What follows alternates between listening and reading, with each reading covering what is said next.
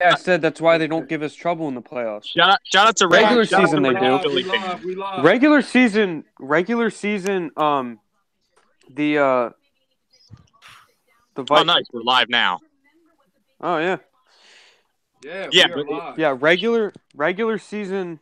The Vikings have the edge, but we have 4 postseason wins against them, which evens it out. But the 4 postseason wins gives us a tiebreaker, in my opinion. Well, the tie goes to the postseason. Yeah. And shout out to Reigning Philly fan for coming up with these three terms: hashtag purple freaks, hashtag purple faggots, hashtag purple dingbats, and hashtag fuck Millie. And I added another hashtag to that: hashtag ringless fucks. Oh jeez. Wow. Wow. Jesus. He hates them more than the Cowboys, believe it or not. That's kind of hard to believe. Nah. That's kind of I will say this though. They are part of the reason why I absolutely despise Dallas more than any other fucking team. And it's because of that dumbass trade they made in the 90s that birthed the Cowboys dynasty. Yep. I wasn't even born, and that shit pisses me the fuck off. Whoa, pause. Oh, never mind. Why? What did you see? No, no, nothing. My bad. Oh, I just got something. I thought you were. Hey, Sorry, I thought you were. I that thought you true? were like talking about what I was talking about. But No, my bad. Keep going. My bad. Hey, Dallas. Last time these draft picks, last time you were in the Super Bowl.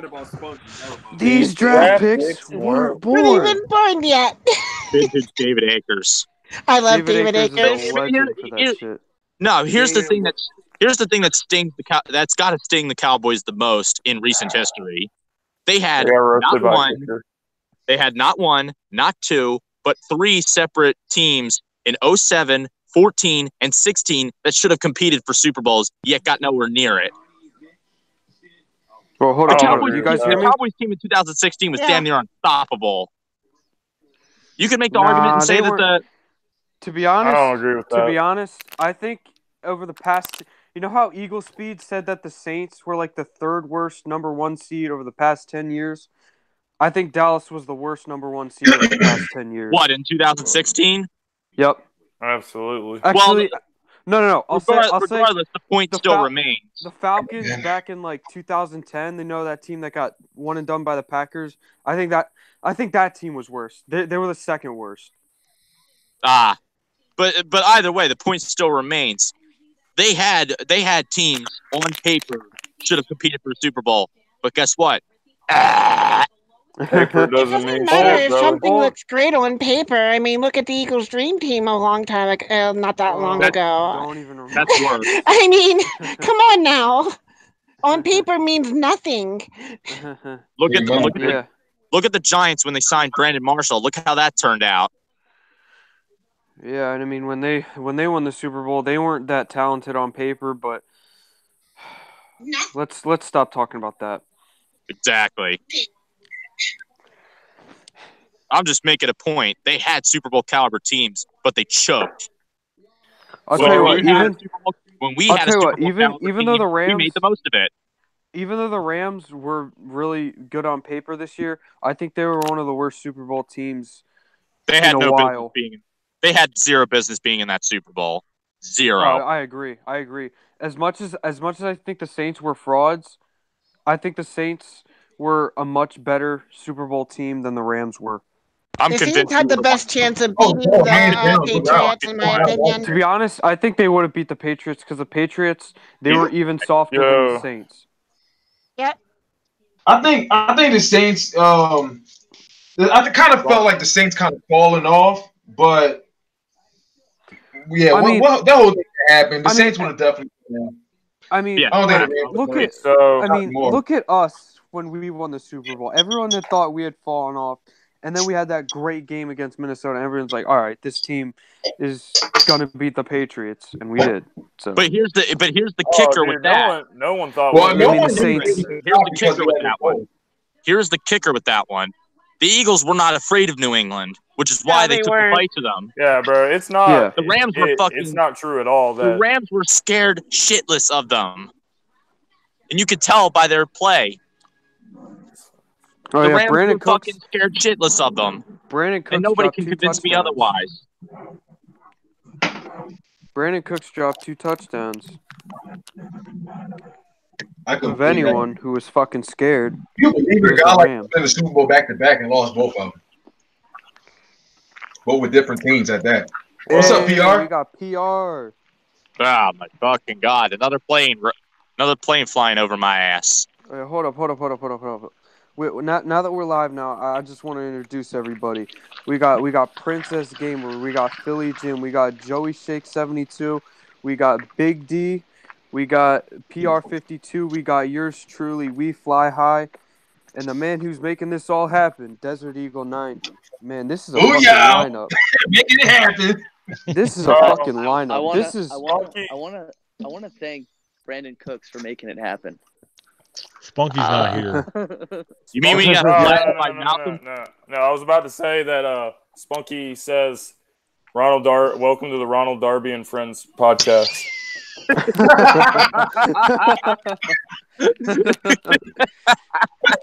That's fucking hilarious.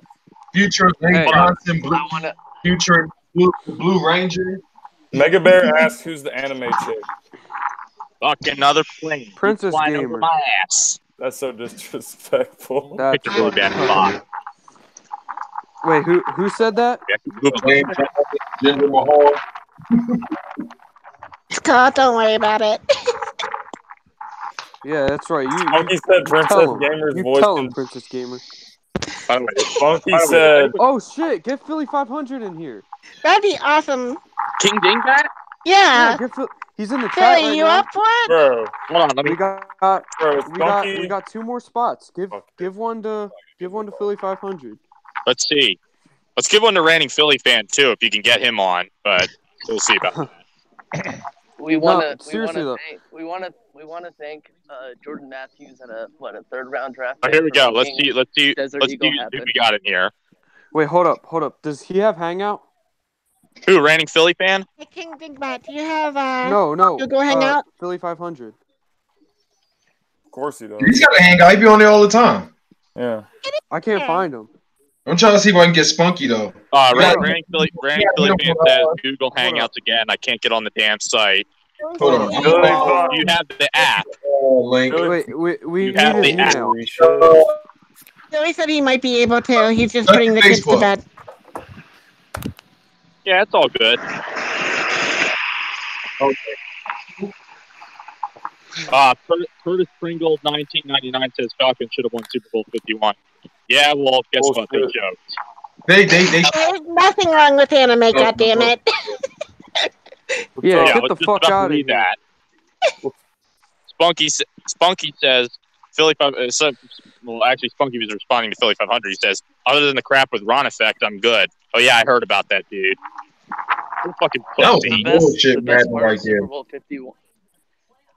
The best part about Super Bowl 51 is how much shit Lil Bow Wow talked during the game. Right? Yeah. Right? Wait, that's what? So true. No, dude. Do you want to? I got something to say about it's about a different Super Bowl, but the funniest part from Super Bowl 53, the last one, was when someone made a meme of how whoever the fuck was driving in that golf cart thing, and they said Maroon 5 drove further down the field than the Rams did the entire game. Hold up, guys. That shit was so funny, bro. I'm gonna show you the best part of Super Bowl 53. You ready? Here you go. There it is. The big fuck you it gets for how horrible it was. Fucking right. Honestly, the Saints should have been in that game. Honestly, yeah, I agree with that. Yeah, we didn't make it. I mean, in some ways, should have made it. In some ways, I'm glad they weren't, but they should have been. Me too. Yeah, no doubt about that. The Rams had zero business being in there. I wanted to see Mahomes in the Super Bowl so badly. Yeah, well, I know who you got to thank for that. Bro, if Mahomes was in the Super Bowl, Andy the choke artist Reid, who can't manage a... Dude, if the Chiefs were in the Super Bowl, they would have stomped the shit out of the Saints or the Rams. Right? Agreed. But here's the problem. They lost because of one motherfucker. D4. Walrus boy? You mean to tell me that You mean to tell me that after 2 goddamn decades he still can't manage a game clock? Why doesn't he just retire and get his stop check? It wasn't Andy. Okay, let's time out. It was D4. It was why D4. doesn't Andy Reid? That game was not Andy Reid's fault. It was 1,000% fault. He should not be let off the hook. It was partially his fault. Was it entirely his fault? No, but it was definitely partially. Okay, it was 90% the defense's fault. It was probably like Bob Sutton's pussy ass coverage didn't do them any favors. I mean, let's be honest here. The only thing making the Chiefs successful right now is Andy Reid. What? Like literally the only thing. Yeah. Fuck out of here. Like I gotta agree with that. I have to agree with that. I mean, the postseason success is non-existent, but I mean, the fact that he's got that team, like what, 5 straight, or no, not 5 straight, 3 straight AFC West titles. It's because of him. Let's be honest here. Before Andy Reid got there, they were like awful. Romeo Crennel and Herman Edwards. Those guys were bums. Exactly. Yeah, like Andy Reid can at least win. Not in the postseason. He can't win a Super Bowl, but he can. Andy Reid gets the team. Well, he's good enough to get the team to the playoffs, but can he do anything in the playoffs? No. He is. Okay, well, Andy Reid is still an offensive guru. He is the NFL's. Yes. He is the NFL's Bruce Boudreaux. I mean, literally, they went from being what 2-14 to being 11-5 with Andy Reid and the addition of Alex Smith. Like, come on. Yeah. It couldn't have just been Alex Smith. Alex Smith wasn't a world beater. No, it was not. I don't think Jamal Charles. Oh yeah, he was still on the team. Jamal Charles was still. Jamal Charles was on the team, but they weren't like super successful with him. No, they were not. I have nothing against Andy Reid, to be honest. I mean, people trash him, but it's like he gave us a Super Bowl. He mentored our coach. He didn't give us the damn thing. He mentored our coach. He helped get Frank Reich here. He gave us Nick Foles. I give Reid 0 credit. I don't give a shit what nobody say. Big D's facial expression. His entire coaching career. That was so fucking funny. Disagree then. Honestly. So guys, are we just bullshitting around tonight, or this is? I mean, look, this is pretty much my first ever, so we can talk about whatever, man. This is the Andy Reid. Honestly, before Andy Reid, like basically, this team wasn't trash, but it was like inconsistent. Mediocre. And then we got Andy Reid with Ray Rhodes. We went to 4 NFC Championship games in our first 6 years with him, and lost 3 of the 4. I know. When we were the better team on 3 separate occasions. I know. Yeah. I know. The only time. But he's the most winningest head coach in our history. Hey, hold up. One more thing. One thing. Yo, what's up with your mic? Like, you're a lot like. You're not as loud as everyone else. Who, me? No, PR. Me. I ain't got no mic. So, like, I don't. Wait, hold up. Is there any way you could turn him up? No, I'm good. I can speak louder. So, can you hear me? I was just gonna say. I mean, I can hear you fine, but it's like. Yeah, I can hear you. So we should just take turns, I guess, since we're kind of like talking over each other. Yeah, this is like a fucking nightmare. You're good. No, it's fun. But like, it's hard when you have. Yeah. Curtis Pringle says Chip Kelly messed everything up. Well, according to Nitro Freak, Chip Kelly, quote unquote, helped us. But keep in mind, this is the same dude who says Foles is better than Wentz. Pick one. Well, I mean, Freak is actually right about that because Chimp indirectly helped us. It's like Chimp is like it was Chip's place. It was all Chip's place. Right, but the thing is, you can't try to say that Foles is better than Wentz. If Foles would have taken the team all the way, if you're going to thank Chip for why they have a Super Bowl in the first place, that's very contradictory. Foles is more experienced. Unless you're going about the attitude. Well, the only way you can really think that way is thinking that everything just falls into place perfectly. Yeah. It did and it didn't. Like we still needed the genius of Howie Roseman. Yeah. Which absolutely. But he fucked it all up before Howie Roseman cleaned it all up. Howie Roseman was on a mission after Chip Kelly, so. Well, Jason you could say that he indirectly did that too. Jason Kelce basically made the point that it was a wake-up call for Howie. Yeah. Oh, hey, does anyone? You really had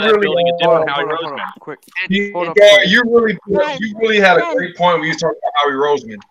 You made an excellent point. Howie, Chimp Kelly is one indirectly helped the Eagles win, kind of like how Jeff Fisher indirectly helped the Rams win. Like, guess where they are? Well, Jason. You know. Perhaps. like Jeff Fisher isn't the reason why they're winning, but he did help bring in a lot of the pieces to the team that took them to the Super Bowl. Yeah. You know? But they weren't gonna win with him. You know? Jeff probably still had that kind of expertise, but as a coach, he just couldn't cut it anymore. Well, he could never really cut it. He's one of those guys. He came from the Buddy Ryan. He's kind of cut from the Buddy Ryan cloth in the fact that he only cared about defense and didn't really care about offense. Like, he was one of those guys where his philosophy was, if the defense is good, then the offense will fix itself. So basically what you're saying is he overachieved in Tennessee. Yeah. Well, the thing is, fair enough. He was good in Tennessee from like 99 to 2003, and then after that he was only good for like 2 more seasons. Like 08 being one of them. Yeah, he was only really good for 5 seasons, and the only reason why they kept him for as long as they did was because he took them to their only Super Bowl. Yeah. It's kind of like I think that's why Reid lasted as long as he did in Philly, because of his Super Bowl appearance. But then again, he was still taking the team to the playoffs. So in that situation, they didn't exactly have an incentive to get rid of him. He was more the issue with Reid was, but he is better than Jeff Fisher, except in the head-to-head matchups. The issue with Reid was the fact that there was too much nepotism on the fact that Marty Morningweg was our offensive coordinator, and he was garbage. He kept giving and taking away the play calling duties, and he just never fired the guy, even though we would win despite Marty Morningweg. You know, like Morningweg was fucking terrible. Michael Vick in that first season where he was good. Let's be honest, we did well that season just because of his elusiveness and his. The league didn't exactly know how to prepare for him. And he was unpredictable. The league didn't know how to prepare. But Vic has a cannon of an arm. He does, but just because you have a cannon of an arm doesn't mean much. I mean, Jeff George had the strongest arm in the NFL, and he didn't do dick. That's true.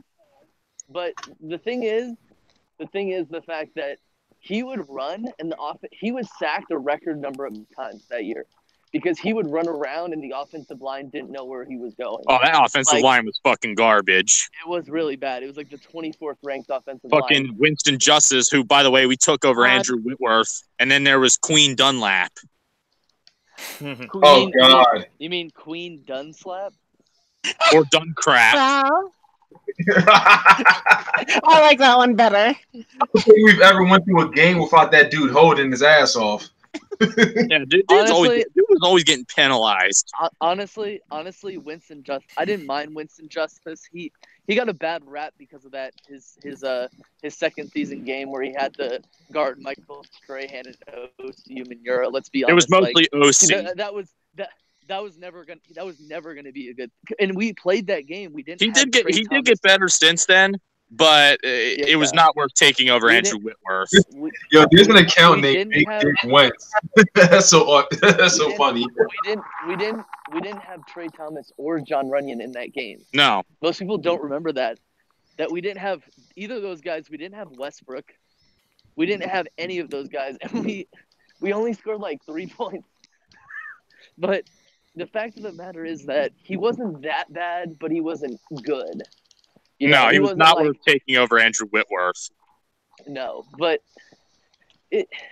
Reid couldn't draft for shit, and that was the mistake the Eagles made with Reid, was putting him in charge of team building, and that led to many boneheaded draft decisions. After that. Whoa! After that Jerome McDougal draft pick, we just couldn't do it. Like up until 2002, we had good drafts where we got like that one draft where we got Lito, Sheldon, and Michael Lewis in the first 3 picks. But afterwards, he just couldn't fill the linebacker position. And back then, linebacker was very important, and we just couldn't do it. Reid was allergic to linebackers.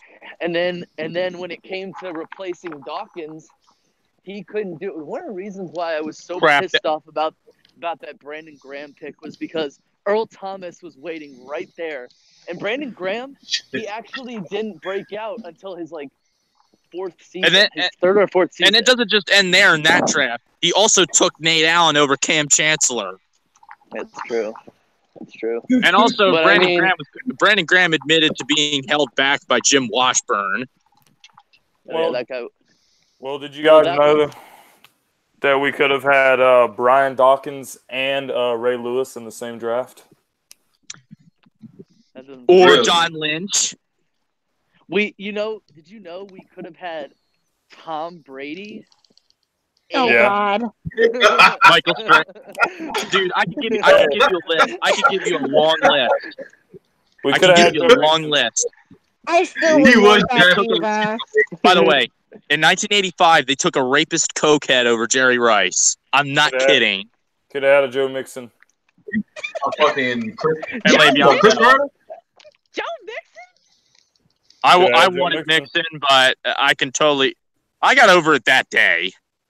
Donnell Pumphrey? I knew for a fact it wasn't good Joe Mixon. I knew for a fact. We could have had Donnell Pumphrey. Oh, wait. That was, I would say, we chose Donnell Pumphrey over what running back was available? Kareem Hunt. Oh my God! Wasn't Alvin Kamara available too? No, he was like Alvin Kamara. He was no. He was Alvin Kamara was picked right before who was the guy from who went to Minnesota who Dalvin Cook. Cook. He was like one of the picks right before Cook. I knew we weren't going to get a running back, but that's just because we don't do that. We draft defensive line and offensive line 80% of the time that we're not drafting a quarterback, or we're not being an idiot and drafting Nelson Aguilar to be our number 1 receiver, which thank God we did draft him because, I mean, he helped us win a Super Bowl, let's be honest here. And then we also drafted Freddie Mitchell in the first round one year. Over Reggie Wayne, mind you. And Chad Johnson and Steve Smith. And then I think one year we also drafted Lito. The draft later we drafted Lito Shepherd. And I think we drafted Reggie Brown first round in 2005. No, that wasn't first round. That was Mike Patterson, I think.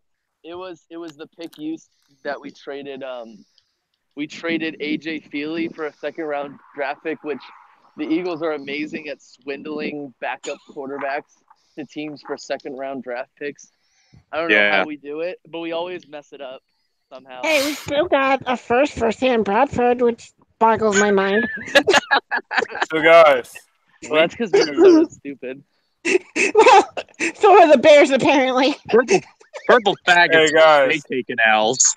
Are you guys ready for the clash of the century on week 2 of the NFL preseason as Carson Wentz and Nick Foles square off against each other for three plays? I'll be wearing my my blue and They yellow. should have had that in McNabb Philly. jersey. Not that it really mattered. I'll be But it's in wearing my blue Jacksonville. Seeing Nick Foles in another uniform That is shit is going to gonna be be weird. weird. It's going to be weird. I Very just hard. It's not gonna be weird. He spent most of his career in another uniform. Almost. I suppose you're right about that. Career. I guess Not really. I mean, I I'm know, rooting like, for he's him. had other uniforms, but let's be honest, like, he's meant to be an Eagle, but Yeah, it's he just really is. It's just a weird That's the situation. only will be Eagle. Why he Because ain't. Carson Wentz is too good to get rid of him. But you know, Well, hey, Nick, the thing is, you know, with if it Wentz, doesn't they work, invested we can so take you much in back. him. They groomed Wentz is the future. They groomed him to be that guy. They can't just abandon that. The only way they would have kept Nick Foles and traded Wentz is if Foles would have won us another Super Bowl. That's the only way. Yeah. I would agree with that. You can't be like, oh no, you know, you just got to do it, even if it's the detriment of your franchise. The Eagles would have looked like complete dumbasses if they did that. Yeah, they most definitely would have. Yeah, but I mean, I'll still always cheer for him. Yeah, obviously, because he's not gonna play against the Eagles. There's nothing he can really do for or against them. Unless the Jags make it to the Super Bowl with the Eagles making it there too. Yeah, exactly. I'm gonna be honest. Philly 500 says could have took Tariq Cohen too. I'm gonna be honest. I love Nick Foles, but honestly, I could actually care less if he wins or loses with the Jags. What, like, you mean Foles winning the Super Bowl with Jacksonville? I really don't give a fuck if it about ain't us, any other team. I want it to be them. I mean, the thing I is, want him to do good. Me too. I mean, I don't want him to do bad. I want him to do. I'm not saying I don't care if he does good or bad. I'm just saying, like, I'm not gonna. No, you mean you'd be totally okay. I'm not gonna say, "Oh my God, the Jaguars are my second team" or like some shit like that. No. If he doesn't do well, he can always just come back. You know. True. If he sucks, he probably will come back. He can be like our most valuable backup quarterback. You know. I am gonna watch a couple of the Jaguars games just to see how well he does. Yeah.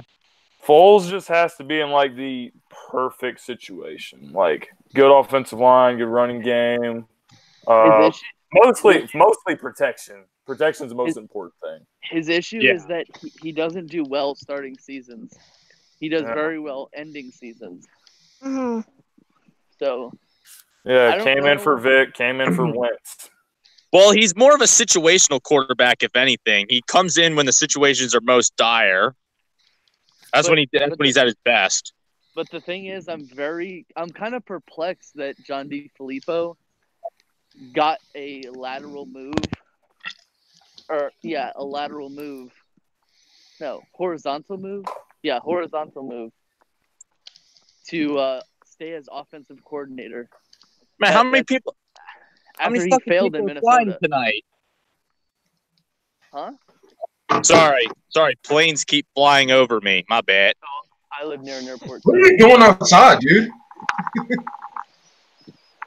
Because I live with a bunch of people and everybody's fucking sleeping.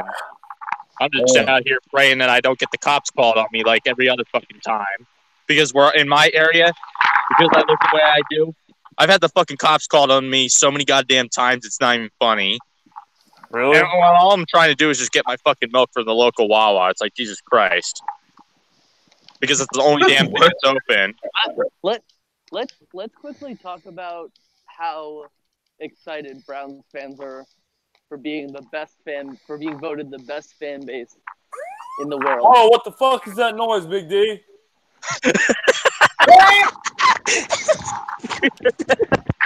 Code 76.5. That was funny. But I think that's ridiculous. All the Browns fans are going crazy. Like, we're the best fans. Wait. The Browns were voted the best? Yeah. Man, good for them. The whole thing is done. The Browns won. Yeah, they won. Apparently, Hey guys, Good for them. Oh my gosh. apparently there was the Titans versus the Bills, and the Bills were winning by like 10,000 votes, and in 1 minute, the Titans got like 27,000. Fucking geese. The issue with that is the fact that people could vote as many times as they wanted to. The It's issue really with dumb. that, the issue The with fact that, that it was Wow. bullshit. the issue with that is that when the Browns fans won that fucking Twitter vote poll on Twitter, they acted like they literally just won a fucking championship. And they started like fucking. That's how they started like talking shit to everybody and like saying, "Oh, fuck you guys," blah blah blah. I mean, remember before we won a ring? Man, that must have been like dark times. I know. Yeah, Remember what it was like, dude. I mean, not the playoffs. Remember the fucking preseason? We were blowing out teams. We blew out the teams to fucking play in the preseason. Yeah, we're going to the Super Bowl. Cowboy X Factor with the roast, though. He said it just goes to show you that Browns fans don't have anything things to do with their lives than to vote like this. Because here's the thing. That's facts. That's fucked up, cuz. Browns fans, the funny thing about it is the fact that Browns fans are probably one of the most passionate fan bases in the NFL. They really are. Like you can't. Well, they are very loyal. That's for sure. I agree they're loyal, but yeah, they're so loyal. They're so loyal that they threw a parade when they went 0-16. Yeah, that's fucking loyalty. And then they overly celebrate their first win in 2 years or something when it beat the Jets. Yes. Did you know I can't blame They had a party for that. Those uniforms are sick, by the way. Did you know that people in Cleveland tried to have like a parade? They tried to get like a petition signed so they could have a parade whenever Tristan Thompson punched Draymond Green in the face. Apparently, Wow. Hold on. Apparently, Bud Light had a thing where once the Browns won, then like the stadium would get, or the city would get free Bud Light or something like that. Kind of like when the Eagles won the Super Bowl, they got free Bud Light. That's fucking funny. Hope nobody else hears that. Hope nobody else hears those damn planes. So guys, I have a question to ask you about like the Eagles in the draft. This is just my opinion. I think we are gonna probably take a defensive lineman. But I've been saying that for months. If the Eagles can move up into the top 10, I think we should try to get Devin Bush or Devin White, because I think linebacker is like probably the weakest position group. Most definitely maybe on the whole team. The only linebacker on the team that's even worth a crap is Nigel Bradham, and that's it. We brought in everybody guys, else is just guys that are just proving themselves. We brought in guys. We brought in LJ Fort, formerly of the Steelers. Yeah, we don't know Be what an he's interesting like. player. Signed, he's gonna be like. We also brought back Paul Warlow. I don't know if you guys remember him, but he signed last season, but he got hurt in training camp. He didn't get he got hurt at some workout. That explains why he vanished. Practice thing, and we never saw or heard from him. And then there's also Nigel Bradham, Gruje Hill, and that's pretty much. Speaking of fucking guys getting hurt, I was almost thinking about putting out this poll on Twitter, but I don't think anyone would really vote for it. But I would probably put a poll out in between who's got the worst medical staff between the Eagles and Lakers, because it's pretty fucking close. Both medical staffs are a goddamn joke. Sorry. So my question is, do you think it'll be worth it? Because we're gonna have a lot of draft picks next year. Joey and I were kind of talking about this last night. There's gonna be 12 draft picks, around 12 or so next year. So do you think it'll be worth it to try to move up for one of those linebackers whose both first names happen to be Devin? Wait, so there is a Devin I honestly can't answer that one because I don't know them yet at all. Devin White. So there is a Devin White. And there's a Devin Bush from Michigan. I know Devin Both Bush. of them are really damn good. I thought Devin White was a spelling error. I thought someone accidentally mistook that. I thought someone meant to say Devin Bush when they said Devin White. You'll have to forgive me. I don't really follow college too much. Right. I need to, though. I do need to. Me too. I literally follow college just so I'll know what I'm talking about when it's time to talk about who the Eagles are going to draft. Exactly. That's literally the reason why. Yeah, I mean, that's the reason why most people do that. By the way, everybody that's watching, you could do me a favor and please subscribe to all the Eagles fans. All their links are in the description. It'd be greatly appreciated. Especially YouTube nonsense going on. Well, if you want to view my channel, you're very welcome to. If it's not your taste, it's just not your taste. I mean, that's just how it goes. Oh yeah, no doubt. Yeah. So everybody in here talks Eagles football. Princess Gamer, hers is mostly gaming. If you like that, definitely sub her up. She's one of the biggest gamer girls I ever met. No doubt. Play everything, so. Yeah, she plays everything. I looked at the list of games. Holy shit. Yeah, ridiculous. But Rand Philly fan is definitely another one. He knows a lot of Philly sports. No doubt about that. He's a very good historian too. Oh yeah. What I mean by that, I'm pretty sure you know what I'm talking about, but it means he knows a lot of history. YouTube can't handle his passion though. I mean, because a lot of shit's been going on with his channel lately. He leads the league in suspended YouTube channels. Yes, he does. And I know people who do some of the same shit, but nothing ever happens to their channels. I've seen a couple channels that say similar shit to him, but nothing ever happens. I know of a few. What are you doing? I was just checking my phone. Oh, but sorry. But Forced to habit. What was I gonna say next? So do you guys think we should apparently get a linebacker? Hold on. Ranting needs help getting into Google Hangouts. Okay. So what's the issue? Is are you on the app and it's not? Is it like saying some error? All he's gotta do is download the Hangout app. You'd have to download the Google Hangout app, and then when you have the Google Hangout app, you see a link.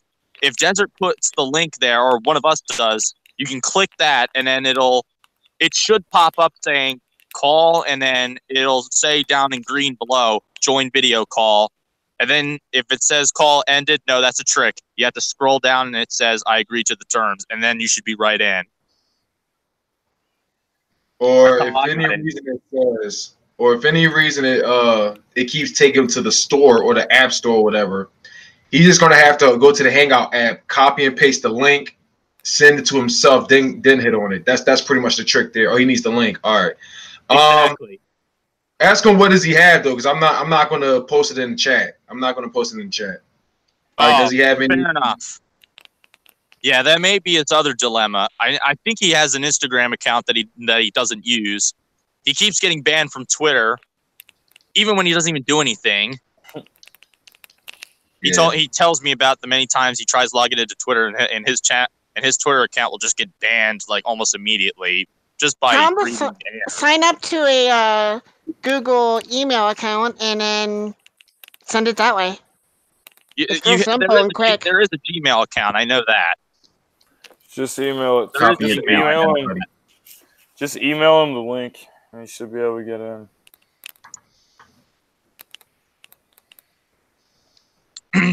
So, Curtis Pringle asks, who do y'all want the Sixers to play in the first round, Magic or Nets? I know Magic. It's not about the Sixers, but instead of Magic. Speaking of basketball, Magic Johnson stepped down. I just read that on Twitter. He stepped down as a GM? Yeah, he stepped down as president of basketball operations, and good for him because it was a situation that it was impossible for him to win in the first place.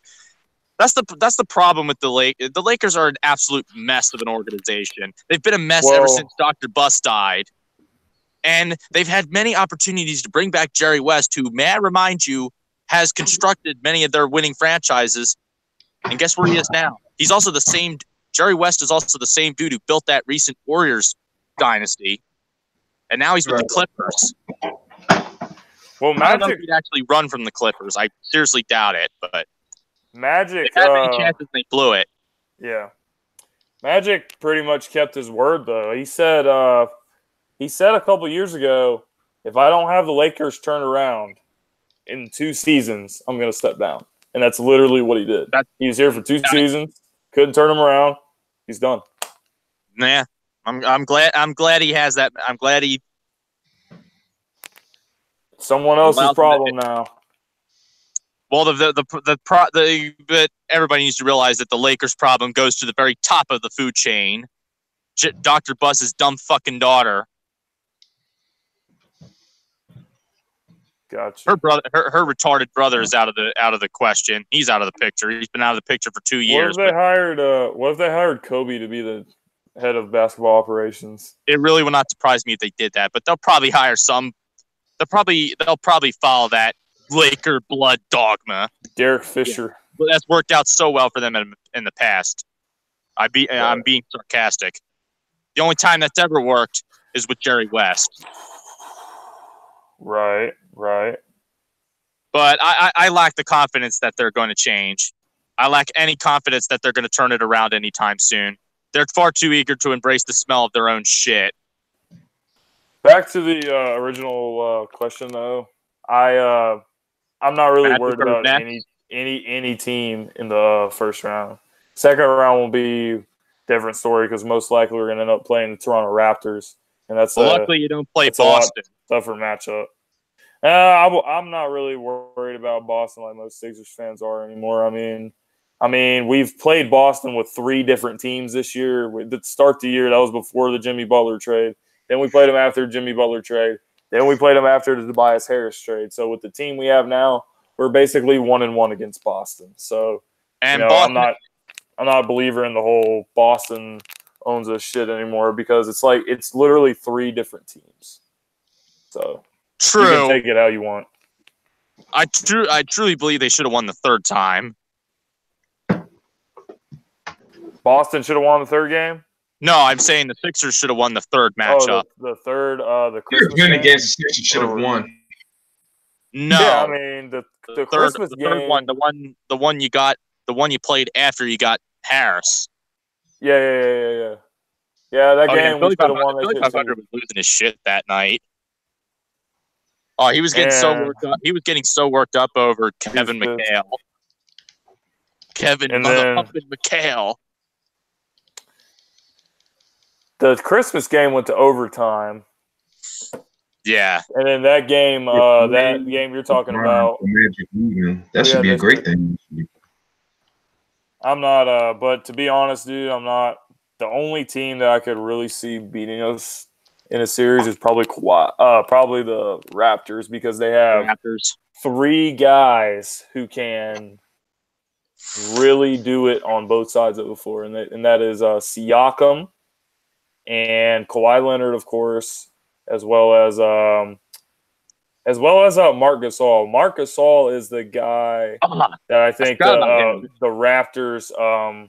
He's kind of like the X factor. I think they went out and traded for him because they knew they were gonna have to end up playing against these bigs in the playoffs, like Giannis Antetokounmpo and Joel Embiid, and he can really really play defense and he can disrupt them, inside. So that's why I think that's the toughest matchup for the Sixers in the playoffs.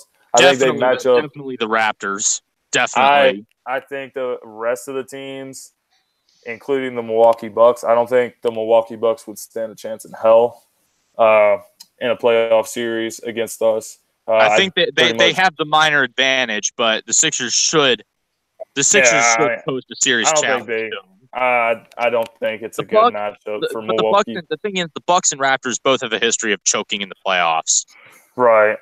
The Bucks should have beaten Boston last year, and they choked.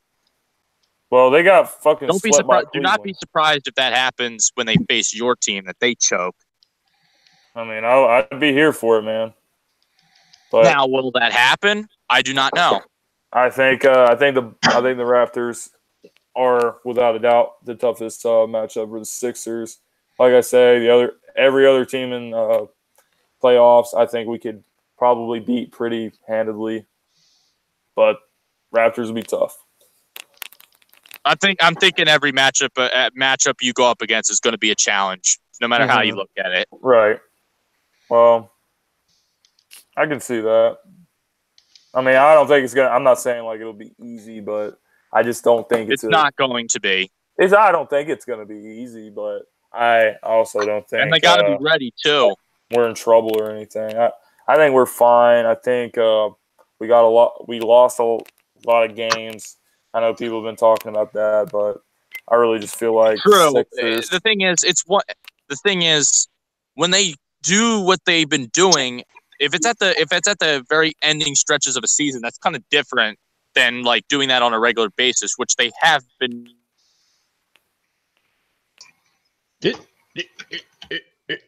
And they can do that and they've done that and still win. Take the Lakers, for example. We were hell-bent on losing that on our own because we stuck balls. LaQuit James, leader of men. No,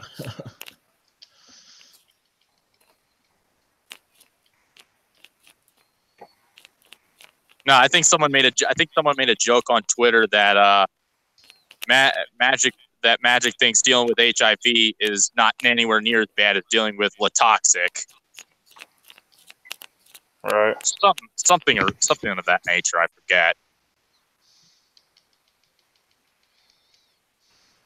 Oh yeah, LeBron tards. They flood Twitter all the time.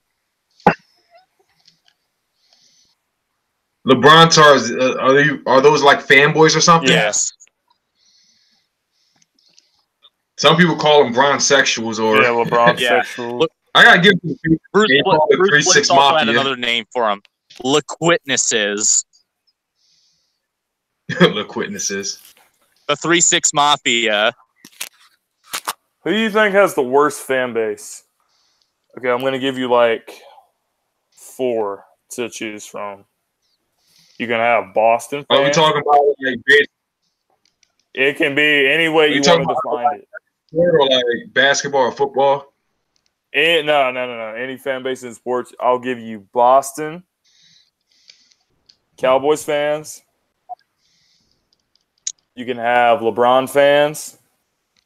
Or you can have Minnesota Viking fans. Boston. Patriot fans, an honorable mention. They should be right up there.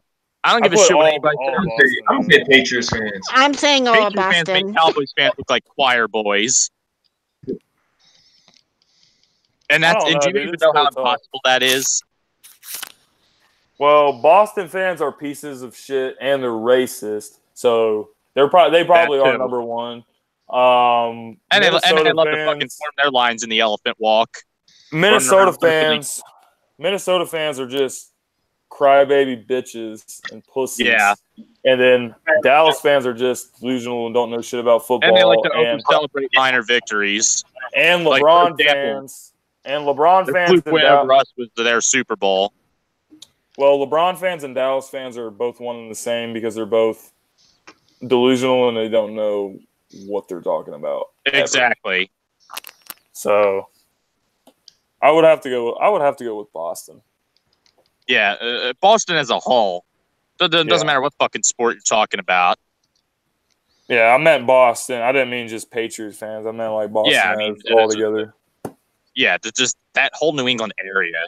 I'm gonna go with this Patriots fans. There was a guy. I know Celtics fans are annoying, but it doesn't get worse than freaking Patriots. There was a guy recently who got banned from TD Garden because he called DeMarcus Cousins the N-word when he was one of the Warriors. Yeah, I heard about that. Yeah, so I heard that Bill Russell had his retirement ceremony private because of that. That's just that's just everyday stuff for Boston fans, man. Yeah, when you have Bill Russell, who's pretty much the greatest player in your history, although you can make the argument say Larry Bird was, but yeah, when you have to have Bill Russell have his retirement party in private, you know there's something fucked up about your fan base. True. But the good news is we don't have to go to New England. New England has to come to us. I'm going to that game. I probably am too. Whose music's playing? You trying to get that's me, my bad. copyrighted? No, not if you turn the PS4 on. It's just the PS4 jingle. They can't copyright you for that now, can they? Maybe. It's YouTube. Exactly. Jesus Christ. Anything is possible at this point. As a matter of fact, I got a fucking copyright strike on me for not even showing anything. It's the 20th episode of Sports Talk. Another play over me. I hope nobody else can hear that. Oh, Anthem. It looks like Anthem probably had an update. Yeah, it did. So must be a big one. Now you're gonna deal with that right now. Why does it take forever every time I try to compose? Fucking message. 500 asked you, why did you get a copyright thing, Big D? I don't fucking know. I don't know. Link. I know I was talking about something, but I wasn't showing any goddamn footage. I know people who got fucking copyrighted for music. I know people. That was maybe a good reason, dude. I don't know. I didn't care to watch the whole thing. All I know is I think I did get copyrighted. No, it wasn't me that got copyrighted for one thing. There was somebody that got copyrighted for using royalty-free music. That's the whole fucking point of royalty-free music. Yeah, that happens. Well, thank God it hasn't happened to me yet because I use a lot of royalty-free music. It's because of the algorithm for their stupid filtering for copyright crap. No, there's this one YouTuber known as Star Wars Theory who got his fucking Vader fan film copyrighted just because it had the same notes in the Imperial March theme when he didn't actually use the official theme. He used like a remix of it that some other fan made. But because of the notes, it got copyrighted. Yeah, like because of the whole algorithm. I hope I don't get dinged with the copyright thing. I try to give credit for it. I think that should be enough. Oh, none of that even matters at this point. None of that even matters. No, it doesn't You can matter. put copyright disclaimer, yada, yada, yada. It doesn't even matter. Well, how the fuck do you stop it then? You just $1,000. I'm afraid to try this because I might get a strike, but I was almost thinking of doing that karaoke instrumental of Hammer Smash Bass by Cannibal Corpse, but they'll probably still copyright that. I guarantee you they'll still copyright that shit. If you're not original like Philly 500, if you can't come up with your own shit, anything is copyrighted at this point. The thing is, it usually happens to channels that are bigger but not big enough. Like say 500's channel. His channel's really big, but it isn't exactly big enough. You could say the same thing about Brunson's channel. So you're saying the channel has to be 500,000 subs or something. To be, you know? I don't even know if EDP is even protected by that. I know he was able to get his channel back after being terminated. I know that for a fact, but every time I remember all this stuff. I think it was back in 2013 when he used to get copyrighted for such dumb shit. Even the UFC Jaguar? Holy shit! UFC Jaguar or UCF? Yeah. What is he in the comment section? UCF Jaguar. Did I say UFC? I'm tripping. Let me UCF Jaguar.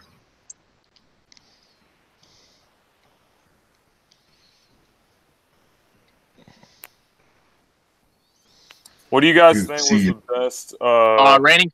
Reigning Philly fan says I'm at the email. I'm at the name, email, phone part of the Google Hangouts. Just check the mail that she sent you. Holy shit! Check your inbox and whatever email Princess is, it should be on the link is under that.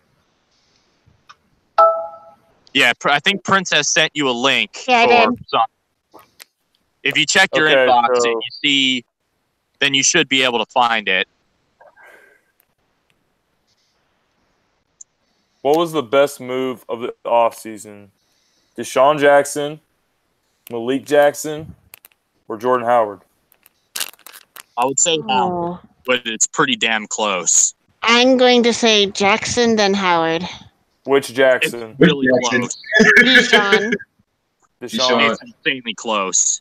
I think it's Deshaun too, just because Deshaun, we needed that element speed. that he brings, what he brings to the offense is like. I gave the nod to Howard because we needed the ground game, but at the same time, but for me, Jackson's a really close second. You could go either way. You can go either way. I agree, because you basically got Jordan Howard for free, man. I mean, you're gonna get. First of all, like I said earlier, we're gonna have like 12 draft picks next year. So you give up like cost us a 5th round 2020. You give up like a 5th, but you're probably gonna get another compensatory 5th anyway. So like cancels out anyway. So they pretty much gave him to us. Gotcha. Yeah, I'm going to say Jordan Howard would have been the best signing if he fit us perfect. You know, like if he could catch out of the backfield and shit, then yeah. Yeah, but you know what? I give it a good option. I mean, I love the signing. I'm not making it at all. This guy put up. The thing they're using against Howard is people are saying, "Oh, but he can't run shotgun handoffs." I've seen him run a few successfully. I've seen him catch the ball a lot too. He may not. I don't feel bad about any of that shit. For a backup, what about a wheel route? Fucking, come on.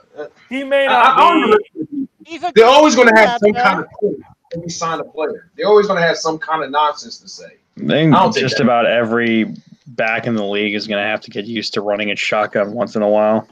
That's right. Yeah, that's true. He may probably didn't do it that much in Chicago, and that fucking Bears O-line is garbage.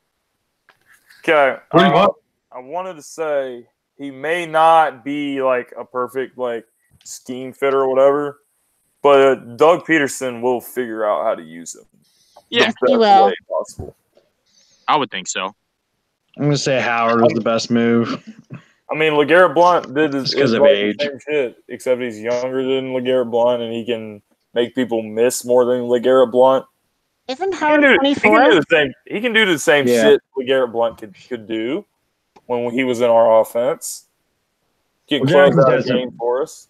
Deshaun Jackson's had some injuries, so. And by the way, even if that's move. Oh, sorry. No, what I was going to say was even if the shotgun handoffs was an issue, they didn't exactly run that often with Blount. They usually ran bunt by the single back formation. Wow. They didn't do the I formation because number one, we didn't exactly have a fullback. Of course, they did it occasionally with one of the linemen. I'm sure they could do a split back formation. Someone wanted us to answer. Sorry if I'm cutting you off. Kate, how you pronounce it? Arcadium Gaming said, please answer my question. If there was an alternative website that rivaled YouTube, would y'all make the jump? Yes. In a heartbeat. There's a couple, but they've not really quite matched up. I think there is one. I think it's called Daily. Isn't Daily Motion one of them? By the chance? Daily Motion. Daily Motion's got issues. It's usually slow. And there's also vid.me. There you are. Welcome aboard. It felt like it took 60 years to get on here. God, no fucking way. Yeah, way. Grant. What's up, Jim? What's up, everybody? I am not, and I repeat, not a computer tech motherfucker. Okay? That's why I'm around. They didn't have this kind of shit in the 80s, guys, you know? And they should have. They didn't even have it in the 90s, let alone the 80s. Yes, I know that. I was around when the internet first started. I was around. I don't know. And it sucked. You even had to go through a goddamn phone line and shit back then. Everybody had to be off the phone. Yeah. In order for you to use the internet. You know, I missed the 90s. I missed the 80s too. God damn. I am the second oldest Eagles YouTuber, by the way. Thank you very much. How old are you anyway, just out of curiosity? I feel like I'm 65 sometimes, but I'm 38. Oh, you got me beat. I'm 32. Who's 32? Final you know, Flash. Oh, okay. What can I say? At least you guys didn't see the fog ball. I did. Lucky bastards. My father mentions that all the time. Every time we bring up Eagles history, he mentions that a couple times. By the way, since I'm on here, I want this to be saved. I don't want this to be deleted. This is an historic moment in the annals of Eagles YouTubers. Exactly. Thank God Joey didn't delete the 8.5 hour one. Guys, I gotta deuce the fuck out of here, man. I'm tired as hell. Later, Jim. Yeah. Right. Nice talking with you. Nice to see you guys. All right, later. Yeah, I mean, that football game, I'm telling you, as an 8-year-old kid at the time, New Year's Eve, December 31st, 1988. Yes, I know the date. Yes, I know. It sucked. The game was lost in the first half. Oh, my dad's still not over that game. I gotta mute that. Neither's mine. He still says it should have been postponed. I'm still not over that. My father says it never should have been played. Yeah. And it should. The first thing my dad said when we made the playoffs was we're getting revenge for the Fog Bowl. My parents flipped shit when they saw that. I'll bet they did. Oh, yeah. Well, I'll tell you, you should see my mother. My mother was an Eagle fan, and she wanted the game to be stopped. my dad, unfortunately, was a Cowboy fan, and he was happy the Eagles lost. He's always happy the Eagles lose. You know, I remember, he used to tell me when I was a little kid in the 80s, you're never going to see your team win a Super Bowl. Never. I don't care if you're 85 years old. All the time. Any Cowboy fan would tell you that, man. Any Cowboy fan would tell you all that. the time in high school. We lost. I'll tell you guys. Oh, don't tell me.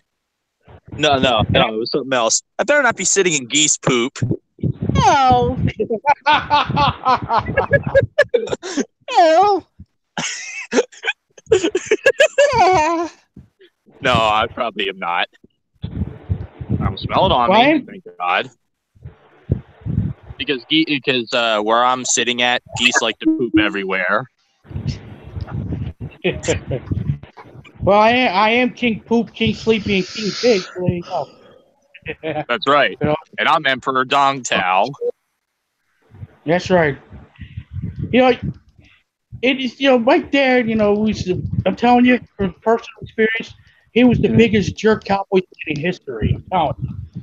He used to tell me, the Eagles will never win a Super Bowl. They did. Had to wait 30 years, but they did. So, back at you, Dad. Yeah. I mean, that's the kind of stuff I grew up with, back in the day. At least you guys didn't see the Cowboys win 3 Super Bowls. True. So thanks a lot. I did see the Giants win too, though. Yeah, I remember seeing one of the "I'm going to Disney World" Cowboys commercials when I was a kid. Ooh.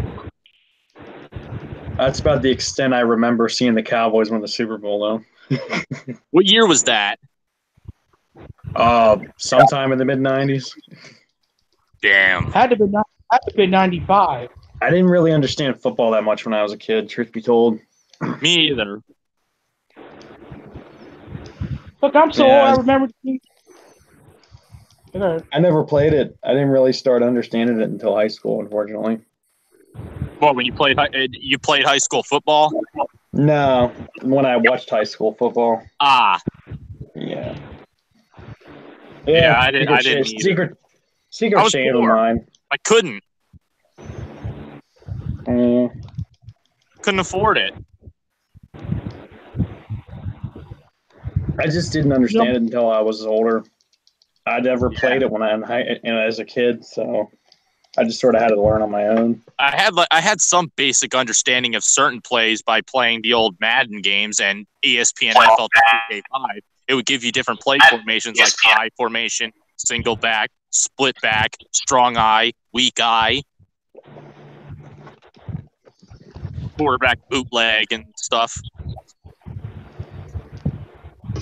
I'm pretty sure the quarterback bootleg is when they roll out to his right or left to throw.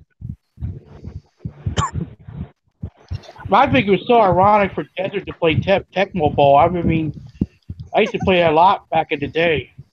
And they had the football plays. I was always the Eagles, of course, playing the game.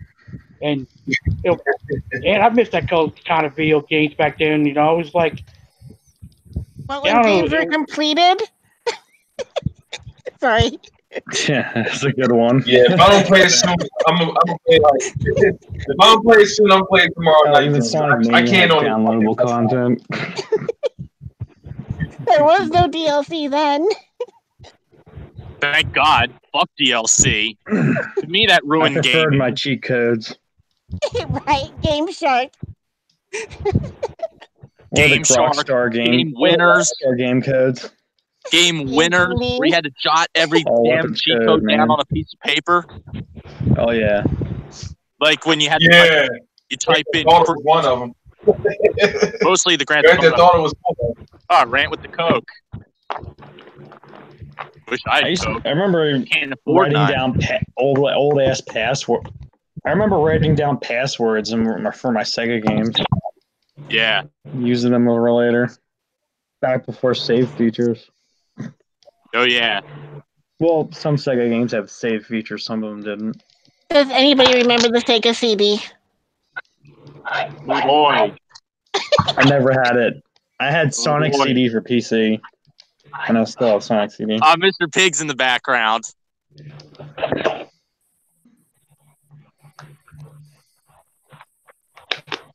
I heard Mr. Pig. I'm kind of glad I got Sega CD. It looks like it was a huge waste of money. It was. What's that? Sega CD.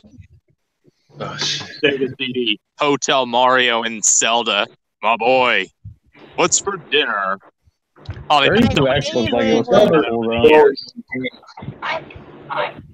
Zelda was always my game.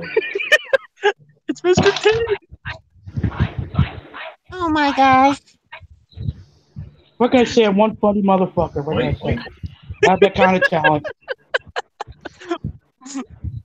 Oh yeah. That was like very random when you made it up. I was like, wait, there's a pig.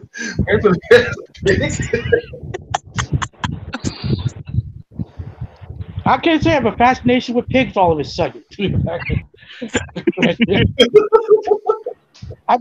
it was an actual fan, now it's like a pig. I've been seeing pigs, a couple months ago I saw, pigs getting slaughtered on YouTube, and that gave me a great idea. Go follow pig for some reason. Yeah. Actually, the real reason I saw a pig, I had a Big D knows this. I uploaded a video a while back of a lady who had an actual pig on her bed. A big pig on her bed. There was another video of one. There was another video of a pig in the bed. There was like this one woman who like put a cookie there, and then the pig peeks his head out from under the bed and eats it. Yeah, I've seen pictures of them like running around the house, and there's one of them like taking a portrait with the dogs. Some of the dogs, there's like the dogs that like line up to get their picture taken, and there's the pig in the background that just doesn't give a shit. Yeah, I couldn't believe I seen a pig on a bed. That's the first time I've ever seen that in my life. Like, that gave me a great idea. You know, it's like, why don't we talk about pigs? I've always hated the hotheads since I was a kid. That old fight for old DC can shut the fuck up on that one. I never liked those assholes anyway. The fucking Deadskins with those dudes that dress up in motherfucking drag. Yeah, and guess what place they never showed up at?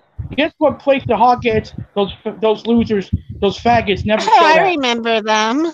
Philly. Guess what stadium? Guess what stadium the hotheads never showed up? That's right, the Vet. Why am I not surprised? They never showed up because, obviously, they would get their ass kicked. We don't tolerate that in Philadelphia. And fuck you, Minnesota, you purple freaks, you purple faggots, you purple dingbats, and Millie, fuck you.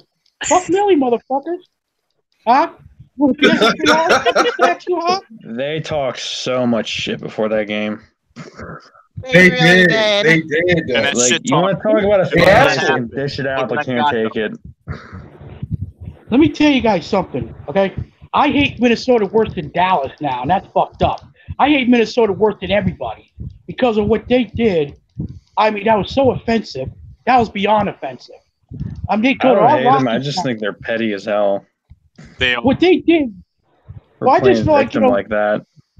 Well, I just feel like they go in our steps and do this YMCA chant and all that garbage, and they put a dress on Rocky Balboa? They don't do that shit here and expect to get away with it. They are the stupidest bunch of motherfuckers I've ever seen in my fucking life. You know, they're whining and bitching like the bunch of purple fags they are, and they're fucking, you know, complaining, oh, we got harassed. We got beer bottles thrown at us. I guess so, you purple freaks. You're fucking desecrated and disrespected our fucking landmarks. You purple assholes. How about that? I give Dave from Atlanta credit. You know, he shows respect for Philadelphia. The Atlanta fans the week before, they showed respect. That's because I made sure, you know. I told him, you don't do that crazy shit in Minnesota, you ain't ever got to worry about it. And then Minnesota, this shit, afterwards, they're fucking whining. They're bitches, man. I almost got into a fight with a Viking fan, and I wanted to kick. I don't know. It's like I thought Minnesota was better. I think the Saints took the. I think they took the cake. I think they took the Saints. Honestly, the Saints. Yeah.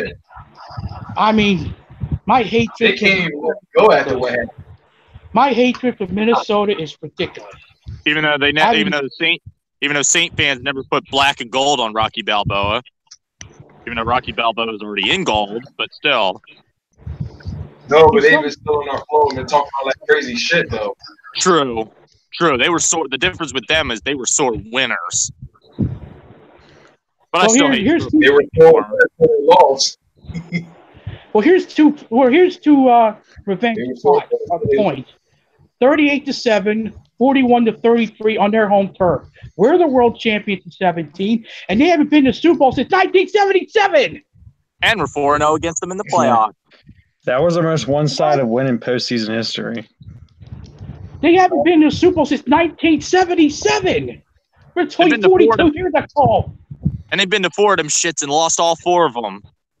Yeah, they got their ass kicked by Kansas City, Super Bowl 4, 1969 or 70, 23-7. Yes, I know the score because I'm smart. Thank you very much.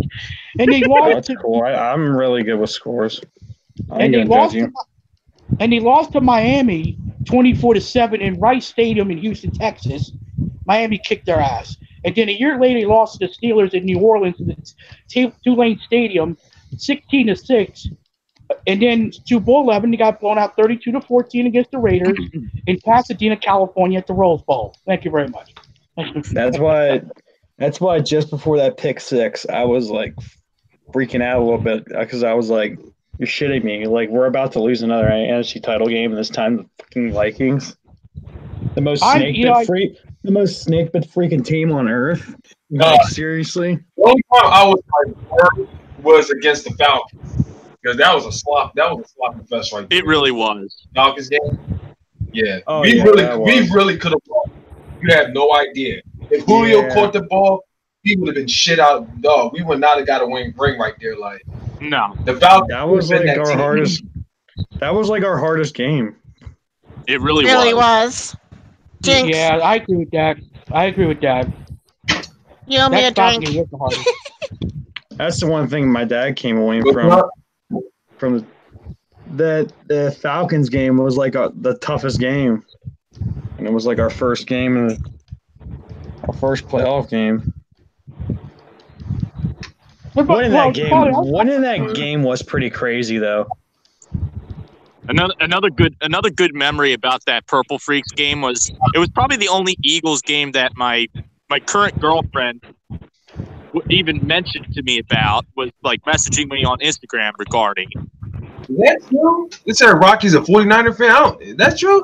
I mean, if he is, then whatever. Who, Sylvester Stallone? Yeah.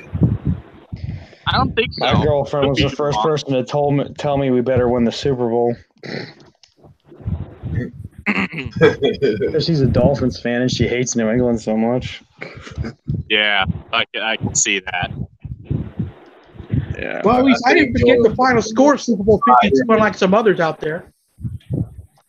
I'll never forget that final score. At the very least, never acknowledge that he made a simple mistake, and maybe he meant to say 41, but he accidentally said 44. Nah, couldn't even admit that. Should have scored 44. We still won. We should have scored 45. True. So this is what I can't stand about the newer NFL. Like, it's hard to figure out how many touchdowns and field goals are scored now because of the way they messed up the extra points now. Perhaps. Well, you know what I hate? Where the hell are the kickoff returns at? They're moving the ball to the 40, 50-yard line. There's always touchbacks, and it eliminates one of the most underrated, exciting parts of football. The kickoff. Yeah. Also putting the touchback at the 25-yard line instead of the 20, making them less encouraged. Here's a question. Has anybody returned a touchdown last year? No. Yeah. On a kickoff? I think so. I don't know. I don't know, but the Eagles haven't had a kickoff return since Josh Huff. Exactly. That's...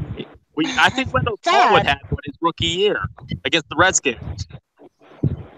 I think. Pretty sure Wendell Smallwood had one. Oh, yeah, you're How right. How else is a kick returner supposed to make it to the Pro Bowl? They don't. Yeah, we all remember. We all remember the days of Dante Hall. Yeah, we'll never see another Devin Hester or Dante Hall now. Yeah, Devin Hester. Yep. Brian Mitchell. I don't know if you could throw Steve Tasker in that category. Brian Mitchell. Well, the reason why the reason why he did that rule is because of the stupid goddamn concussion bullshit. That's why he did it. Yeah. And I'm sick and tired of this whole concussion shit, man. Are we gonna one of these days have flag football and have no hitting whatsoever? I mean, it's ridiculous. I hate to say it, but when I was watching the flag football on NFL.com, they said this is the future of the NFL, and I'm like, bullshit. Right? Yeah. Yeah. I know yesterday I have a lot of NFL films videos I download, and I was watching Crunch Courts, no video from the 80s. And I'm watching hit after hit after hit. I mean, I grew up on watching Wes Hopkins annihilate somebody. I grew up watching Andre Waters annihilate somebody. You remember Jacked Up? Fucking Andre Waters. He used to headbutt everybody. They called him Dirty Waters for a reason. Yeah. You remember? Anybody remember the video series Jacked Up? No. I remember. It was on you. Yeah. I think I do. Crazy hit. Yeah. Crazy hit. I remember it. Chris Berman used to announce it. Yeah, you got jacked up. Yeah, they got rid of it for obvious reasons, even though they never had any highlights where somebody actually got hurt on Jacked Up. But they still got rid of it. You mean it was a work? What do you mean? Sorry, I'm using wrestling terminology. A work means it's fake. What? No. It wasn't fake. It was just plays where somebody got jacked up, but they wouldn't include plays where somebody got injured. It was just a good hit kind of thing. Probably because it would look really bad on their part if they got hurt. Guys, Akinium wants to know, do you think, what do we think about the XFL? Will it work this time? Please answer. It probably might, actually, because of how dumb this gen is. I think it's bullshit what happened to the AAF. This gen in general is one of the stupidest, I'm not going to count on it. having ass generation in history. I mean, it's so ridiculous. I'm not going to count on it. There's actually people out there that try to make. I don't know if this pertains to it, but there's actually people that try to make Kylie Jenner out to be a self-made millionaire. Get the fuck out of here! No one's buying that shit. And then later on, people she even tried to say that my money wasn't inherited. That is such fucking bullshit. I like the AFL, to be honest. I like Philly Soul because of the people who own them too. What arena football? Yeah. Ron Jaworski. Yeah, isn't that down to like 4 teams now? And David Bowie. David Bowie and Jaworski. Yeah, the David Bowie helped own the Philadelphia Souls. I thought it was Bon Jovi. No, it was David Bowie. David Bowie was part of the. I didn't know that. Yes. I know John Bon Jovi owned them. Damn. I do remember John Bon Jovi was one of the original owners for Ron Jaworski when it started.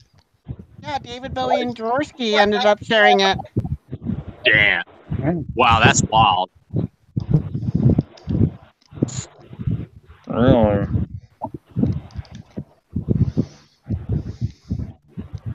And by the way, Desert Cool Man Cave, just thought I'd let you know that. Oh, I appreciate it, man. Thank you. I mean, one of these days, I'm going to get one for myself. Bunch of building a sweet man cave ain't cheap. That's the thing. Yeah, I know.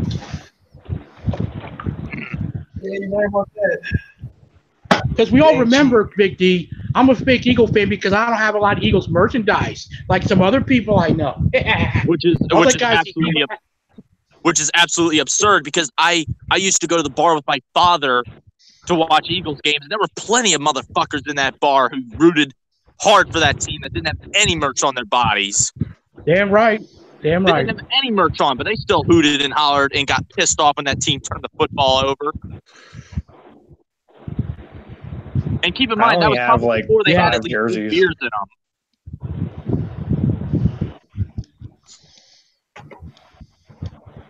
Some people don't have there's people that don't have merch primarily because they cannot afford it because they gotta. I can't.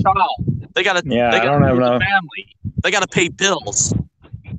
Yeah, I don't have enough to dump hundreds of dollars on merch. Yeah, a lot of merchandise, especially if you want to get good quality shit, ain't cheap. When you look at jerseys, most of those quality jerseys are like $200 a piece. I did buy a shitload of shirts after we won the Super Bowl, though. I do have a Super Bowl hoodie, which you've seen me wear many times. I have too. I know the last Eagle jersey I ever bought was Deuce Staley back in 01, I think it was. And now I thought that was like $70. But I didn't get a real one. I got an authentic one because I don't have the finances to get a real one. So I got an authentic. You had to take what you could get. But the Deuce Staley jersey I have is from 2000. It was the Puma jersey. The thing is, when they played that pickle juice game in 2000, the brand, the uniform, the like athletic brand that the Eagles were signed to was Puma. If anyone remembers Puma, the Puma shoes. Oh, I know. I remember Puma. I used to wear them. They wore Puma during the pickle juice game, which is why I got the Deuce Staley jersey that had Puma on it. The Cowboys had Nike at the time. Well, the thing is, like, merch costs like hundreds of bucks. like the kind of merchandise that EDP would have. I guarantee you the jerseys he gets are usually like $250 a piece, like $250 a piece. Especially when he's looking for the rare shit like the Randall Cunningham Pro Bowl jersey. I had the bogus version. Yeah, he gets carried away with some of that merch. He managed to find the real one. I don't know how the fuck. I had a real one. I don't know how the fuck he found the actual one, but he found it. Actual what? To it. He found the authentic version of the Randall Cunningham Pro Bowl jersey. I don't know how the fuck that happened, but he found it. It was probably a knockoff. Had one. No, it was real. You don't know how it happened. Seriously? His buddy bought it for him. That's how it happened. Well, I know that, His but pal bought it for him. I guess they helped him find it too. I saw him on Twitter the other day saying he's never taken money from YouTube or he doesn't make money off of YouTube. Daniel wants to know who is the best Eagles player of all time. I guess he got a pay raise. That's a great question. I didn't buy it. You got to put Chuck McNair at the top. Chuck McNair's the best Eagle player ever. He played both ways. He was a Hall of Fame player. I got McNair jersey. I have a Chuck McNair shirt. Oh, he was a Hall of Fame like center? the regular shirt? Yeah, it's a T-shirt of him standing over that Frank Giants Gifford. player. Yeah, over Frank Gifford. Yeah, that famous picture. I have a T-shirt of it. I got it at Wildwood a couple summers ago. Nice. Yeah, it was pretty sweet. It's pretty sweet. That's one. What if I told you that I've never been to Wildwood in my life? I can buy it. Yeah, I've never been there. But I wouldn't be surprised if my girlfriend ended up taking me there. It wouldn't really surprise me. It's kind of underrated. She'll probably prefer AC. It's kind of an underrated beach. It kind of gets overshadowed by Ocean City. Yeah, and AC. This is a jerk. City. AC is a Philadelphia territory, believe it or not. Mm-hmm.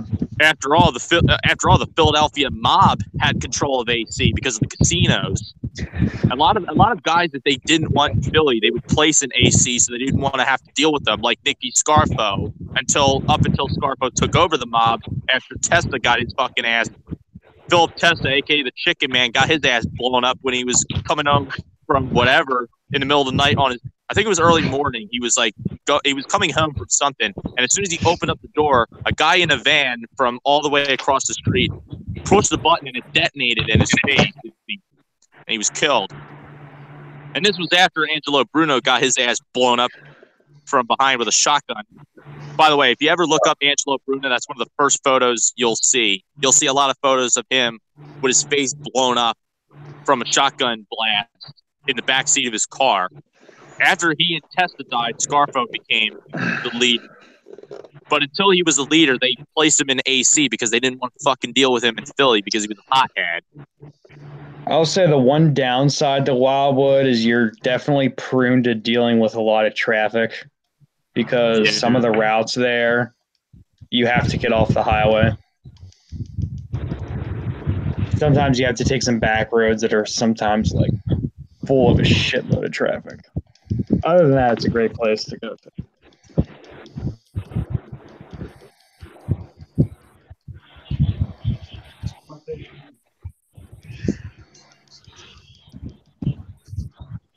Oh, snap.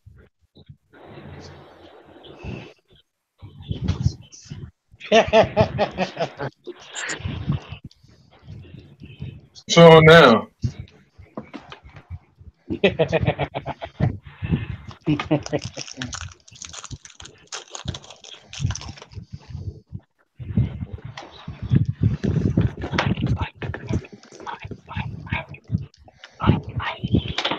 And then there's Mr. Pig. That's right.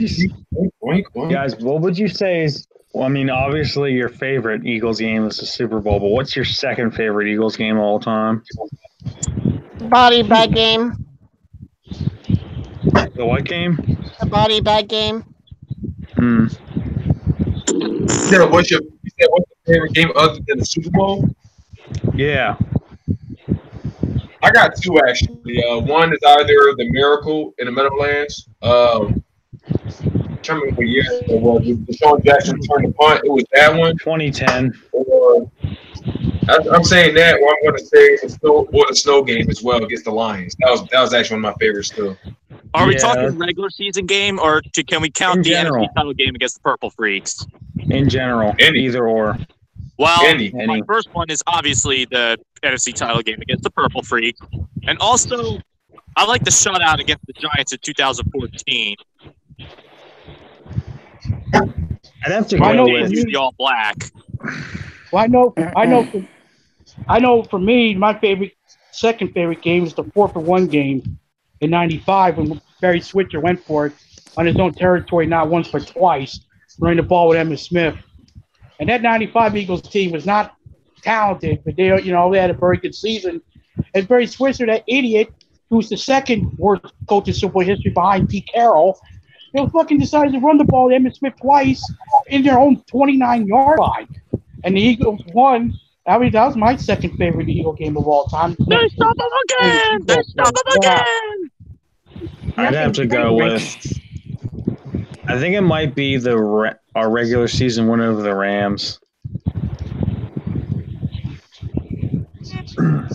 You mean the game where Carson Wentz got hurt? Yeah.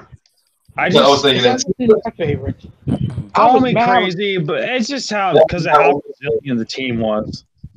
Yeah, the fact that the team held on in his absence. Yeah. Yeah, like...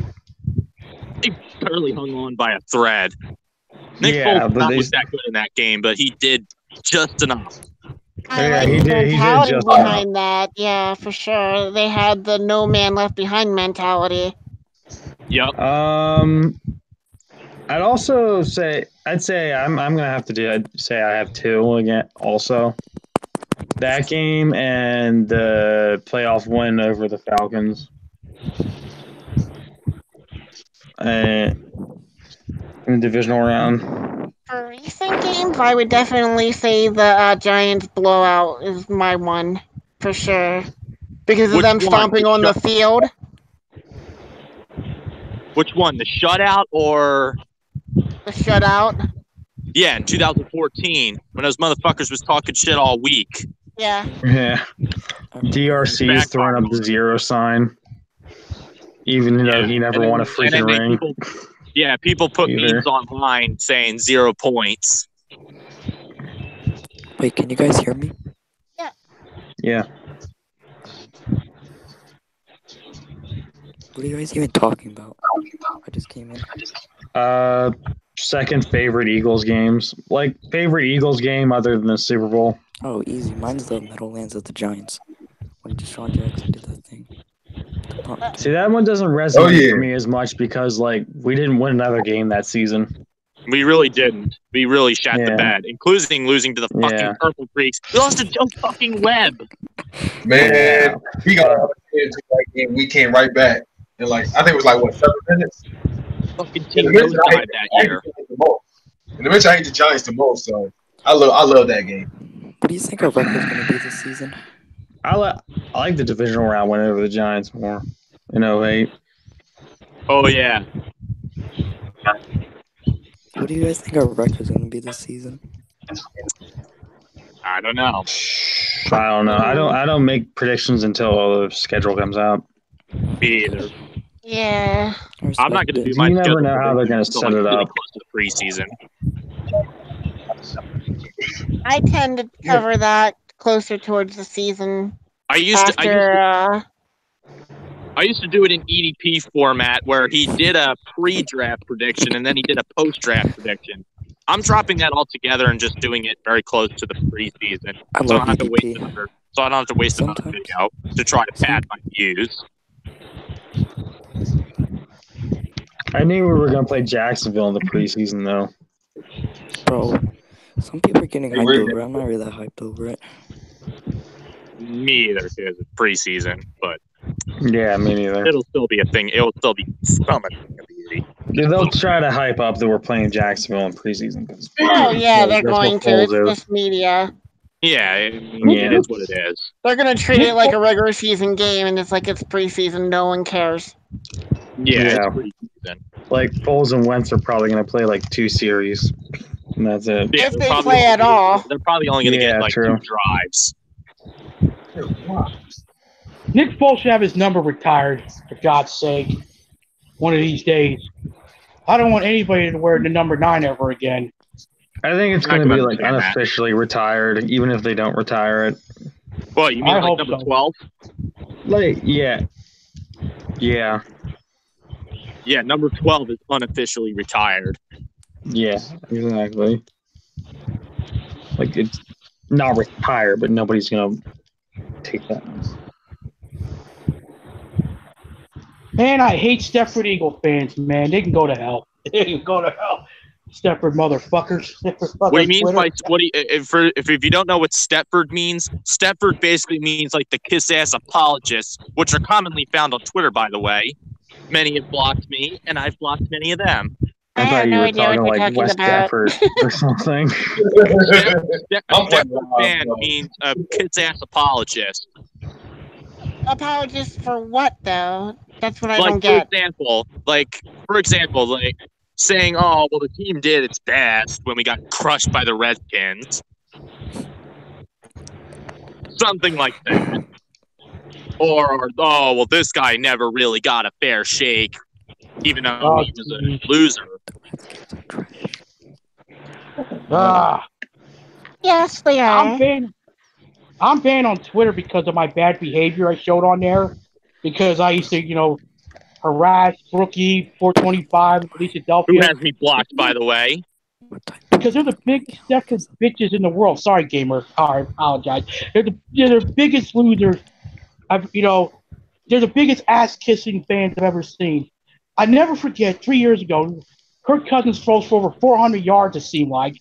We lose to Washington, right? Like, go on Twitter to find out if everybody's mad like me. And then all of a sudden, I go on Twitter and I see these comments going, if you don't have Eagle merchandise, you're not a fan. If you criticize the team, you're not a fan. Andy Reid's the greatest coach in Eagles history. He should be appreciated. Wait. So you're trying to tell me these fans don't criticize the team, and that's what we're known to do because that's how passionate we are? That's what a Stepford fan is, exactly. You got it, gamer. Let me tell you something, man. What is wrong with these people? You gotta stay off of Twitter. You gotta stay off of Twitter when the Eagles are all day. Well, luckily for me, Desert, on Twitter, I just block people. What can I say? I love blocking people. By the way, any of you on this chat, if I somehow blocked you on Twitter, please don't take it personally, because it was probably just some minor, ridiculous tweet that I just didn't want to see. I would take it personally. Most people don't bleed green.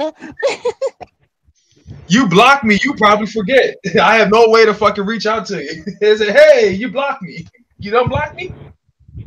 I don't know. Yeah, you guys, I try to stay away from Twitter with some bullshit. Well, luckily you ain't blocked, so you won't have to worry about that. I got a bad history with Twitter, man. They hate me because I was basically terrorizing Brookie and these Stepford losers for 2 years, and I stopped using Twitter. Yeah, Brookie 425, who, by the way, has me blocked, and I never even fucking tweeted her. I don't do Twitter very often because it's just drama and stupidity. It is. Pretty much. Especially when it comes down to fucking politics. That's why I stay away from it. Oh, That's why I'm not man, it is extremely political. It's ridiculous, dude. It's even more political than Facebook. It might be even more political than Facebook. It is. More political than Facebook, but it's all by the leftists. But just saying. There's people that go on Twitter and they think they're fucking activists. People go on Twitter and they think they're fucking activists. Yeah, like every single freaking celebrity. Yeah, but when celebrities do it, it's completely fake. Oh, no shit. Especially the motherfuckers on Disney's payroll. Especially the voice actors. Oh, the Voice Actors Guild. Oh, it's ridiculous. I had to block a couple of them because of that. Because I still wanted to be a fan of their work. Yeah. I didn't want to see their tweets, so I just mercy blocked them. Yeah, like that Tara Strong chick. All she ever does is like tweet SJW stuff. Yeah, I believe I have her blocked. Yeah. I can't stand that bullshit. I have Ron Perlman blocked. I have Steve Bloom blocked. Yeah, Steve Bloom. I've definitely seen him trying to like act all keyboard warrior and shit. Oh, he attacks Donald 24/7, and I think he's even really taken shots at Alex Jones a few times. I mean, I love the character he portrayed. It's just that I just can't see those tweets, so I blocked him. Yeah, I think I have eventually. D, how many people you blocked? Does it say how many people you have blocked? Yeah, I have a lot of them blocked. Does it give you a specific amount? He would say he's been doing this for years. I have Justin Bieber blocked because he's a shit factor of music. Why'd you block people? What did he do to you? Oh, Bethesda tried to get me to go check their Twitter and follow them on Twitter, and I said, "Go to hell, fuck you." What are they? What are they trying to add you or something? No, they were trying to get me to go there to check their statuses and for updates for stuff, and I'm like, no. Yeah, that's usually a spam. No. It gets even worse. There's like a few like some sex advertisements that will like tell you to fucking subscribe to their shit. I think their hashtag auto blocked on site. The thing is, if you follow and retweet there's a lot of fucking porn that they put on Twitter. If you follow and retweet a lot of that shit, sometimes you'll get some of the porn spammers that tell you to fucking subscribe to your site and shit. I just fucking block them right on the damn spot. I can't stand whenever like freaking like spam porn stars will like my shit. So annoying. It's happened. It's happened to quite a number of my pin tweets. God. I can't stand it. It annoys me so much. Yeah, that's ridiculous. Then the porn starts to my direction. I'll take care of it. Please watch me on Twitch. Twitch trash. Hey, Beverly Lee, give me a call, will you? I'm not married. Give me a call. I'm a wild motherfucker. Ava Taylor is too late because I'm already spoken for. Yeah. Woo! Oh, shit, hey guys, are you single? The way I see it, they're too late because I'm spoken for. You guys talk anything else on your like Sixers or anything? I don't know anything about the Sixers, so. I'm football and baseball. Brett Brown is an asshole. 2 for 4. Brett Brown can go fuck himself. Brett Brown is a jerk. He's an asshole. He's the worst coach in the NBA. Fuck him. I think Luke Walton has him beat. I know. I mean, I got annoyed when I was waiting on the Bryce Harper signing, and I kept like hearing about Brett Brown whenever I listened to the radio. What, you mean like the calls for his head? Yeah. Which I can totally understand. Well, Brett Brown deserves to be criticized. I mean, it's ridiculous. I mean, I've been a Sixer fan since 1987, so there you go. And when I was a Sixer fan in 87, I saw Dr. J play for only, 2 games, and then he retired. In 30-plus years, I still have not seen him win a title. I mean, it's ridiculous. And it felt where he gets Jimmy Butler, he gets Tobias Harris, and they still can't beat Boston, for God's sake. I don't get it. They still can't beat Boston. I know they beat them last time, but, I mean, you got Jones being 7'2", 280 pounds, and he's jacking threes all over the place on Al Horford. It's ridiculous. He should be inside in the paint, dominating that motherfucker. Instead, he's shooting 3-pointers. It's ridiculous. Brett Brown is too much of a player's coach. Brown Brown has also enabled Simmons to be sagging off on defense in the fucking corner. That's instead one thing I of was. him at the damn That's one 3-point thing line. I was worried about with Doug Peterson is what if he was like too much of a player's coach? Yeah, I mean, we all had obviously that it worked out. No, man. I don't think so. I mean, that's what I used to worry about before we won the Super Bowl. I can't hear you, Joel, with the wind tunnel going.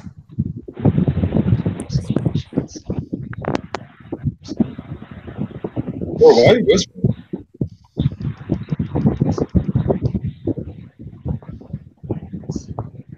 Oh fuck!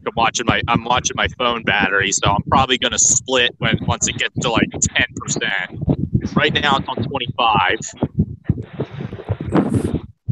No, it's not. It's Gary Cooper, asshole. Gary Cooper, asshole. Yo, the cowboy, Mr. McClain. You Americans are all alike. But that time, John Lee walked to the sunset with Grace Kelly. I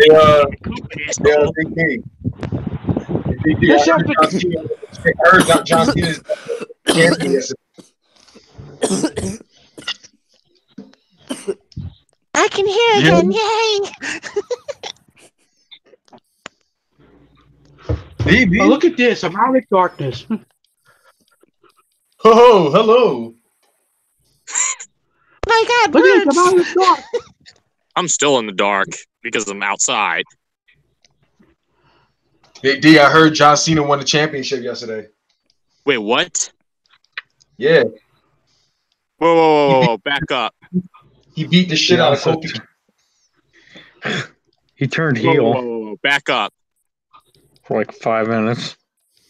Whoa, back up. Yeah. Fuckboy, are you fucking kidding me? Fuckboy Bucket. I'm dead serious, dude. Fuckboy Bucket had buried Kofi. He did. You wonder why WWE loses fans, right? Yeah. Because there's no talent Jamoke. You used to never get. And all these fucking Cenatars are gonna be all over the fucking timeline. Elephant walk, circle jerk each other. Oh, he's the greatest of all time. Blah blah blah blah. He's garbage. He used to never get championship belts, and now they're just kind of weird. He kind of did something special. I think it wasn't that ridiculous punch. I think it was called the Shattered Dreams. Whoa! Back up. He stole Goldust's move. He stole Goldust's move. Fucking unoriginal piece of garbage. Not only is he unathletic, not only is he an unathletic fuck stain, not only is he phony as fuck, but he's also unoriginal. After all, he stole Rick Steiner's catchphrase, that fucking "you can't see me" crap. He stole it from Tupac.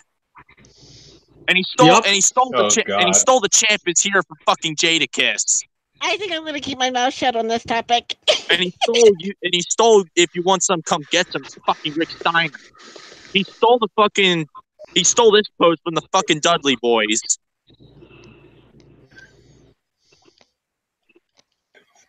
That company deserves that. There's nothing about that company. There's a reason I don't watch it. I don't even talk about it anymore. Nothing about that company shows me that they could change.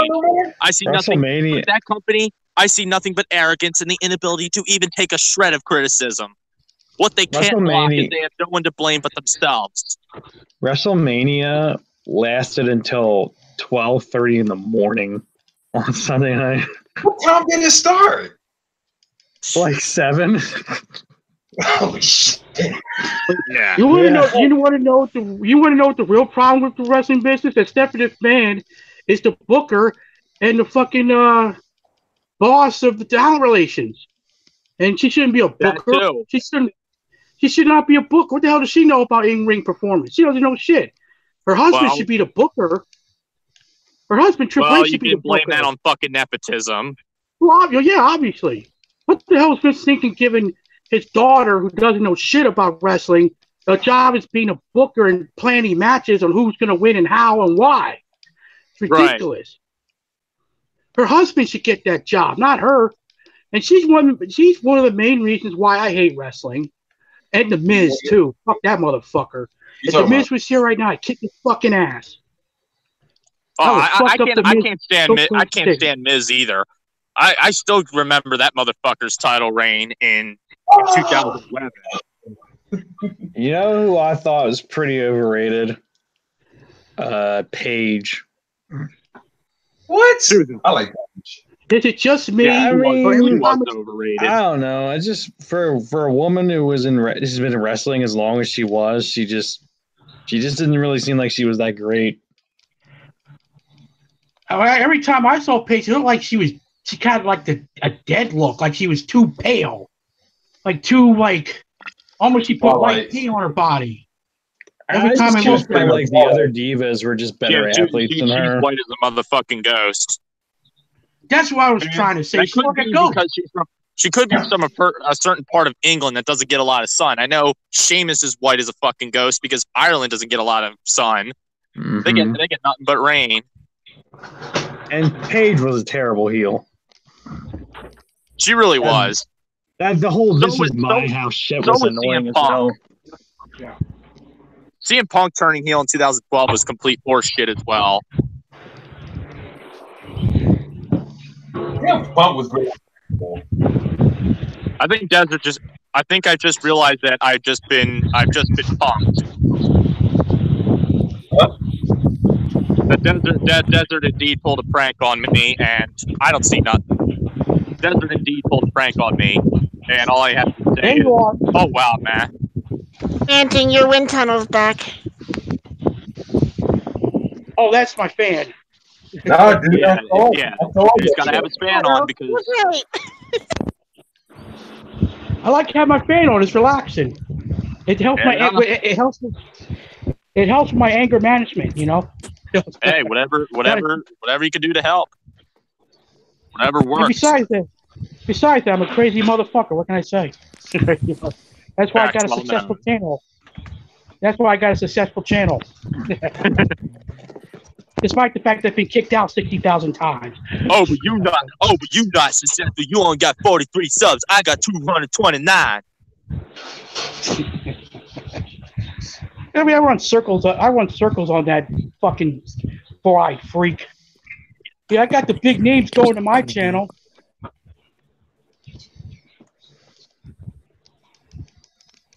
The hell? Yeah, him. I don't do it for the subs. Also him. I got more subs than so-and-so. Pick one. Man, but wait a minute. I kind of have a little... I have a little bit of a...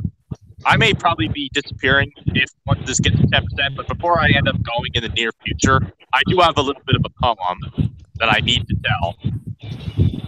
If I remember correctly. All right, here goes. So there's this kid who likes to talk a lot of smack. He's actually whiter than me, but he thinks he's black. All that shit he talks online, he'll never say to our face. How the fuck am I going to get dissed by someone who works at Sesame Place? That's awesome. Oh, right. Yeah, unlike the Vikings, his mouth always writes checks, his ass can't cash. His videos are nothing but straight trash. Wow, you're just better than him.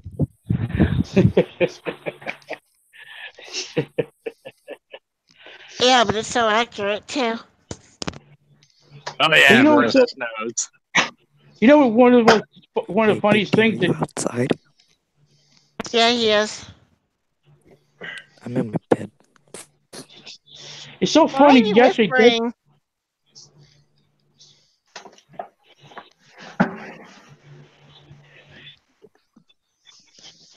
it was so funny that yesterday, Desert, you played Kimmy's video about me, and Kimmy said, I'm going to do this, I'm going to do that. This is coming from the same kid who gets beat up at his school. He has black eyes. He had a bruise a couple times on his forehead.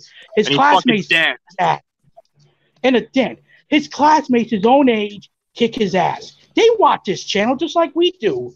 Let's not kid ourselves. They watch this YouTube channel. They're Eagle fans, and they hate them just like we do. I'm not trying to force anything on anyone, but I'm just making this perfectly clear. I'm just giving people some food for thought. But his apologies are very insincere. He apologized. I remember when he apologized to Fox for the first time. How long did that shit last? Only 2 days. Speaking of which, Fox reached out to me yesterday. Wait, you're talking Me about too. Cam's bird? Let me tell you something. Fox is more talented as Piggy Finger than Kimmy has in his own pathetic body. 56-pound motherfucker. Yeah. Kimmy's with no 66 fucking pounds. traps. I like Fox. He's nice. Yeah, Fox And is it rests his mind. He is a sweetheart. Yeah, Fox is great, man. I mean, I wish he was on. I mean, Fox, he belongs in any club. Buffalo sports are trash, but I mean, it's something. Yeah, he does his thing. Well, he's asleep right now. That's why he ain't here. But yeah, just as Kimmy, he gets beat up at his school. His people, I mean, his classmates watch his channel. They're Eagle fans, and they hate him because they watch his videos, they recognize him, and they kick his ass. So if he can't beat up 17-year-olds, he lives in Philly? His own age, how in the hell is he going to stand a chance against a 38-year-old psychopath named Randy Philly fan?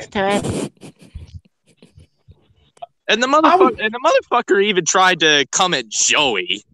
And I've seen Desert in real life, and I've seen pictures of him and Joey standing next to each other. Yeah, he's totally winning that fight. By the way, that's pure sarcasm. I said the minute he gets the punch, he's gonna break like glass. Princess, you saw what I said in that video. What I said in my Vikings preview. I said, "You're the type of motherfucker that talks all the shit, but as soon as someone hits you right in the mouth, you're just gonna cry.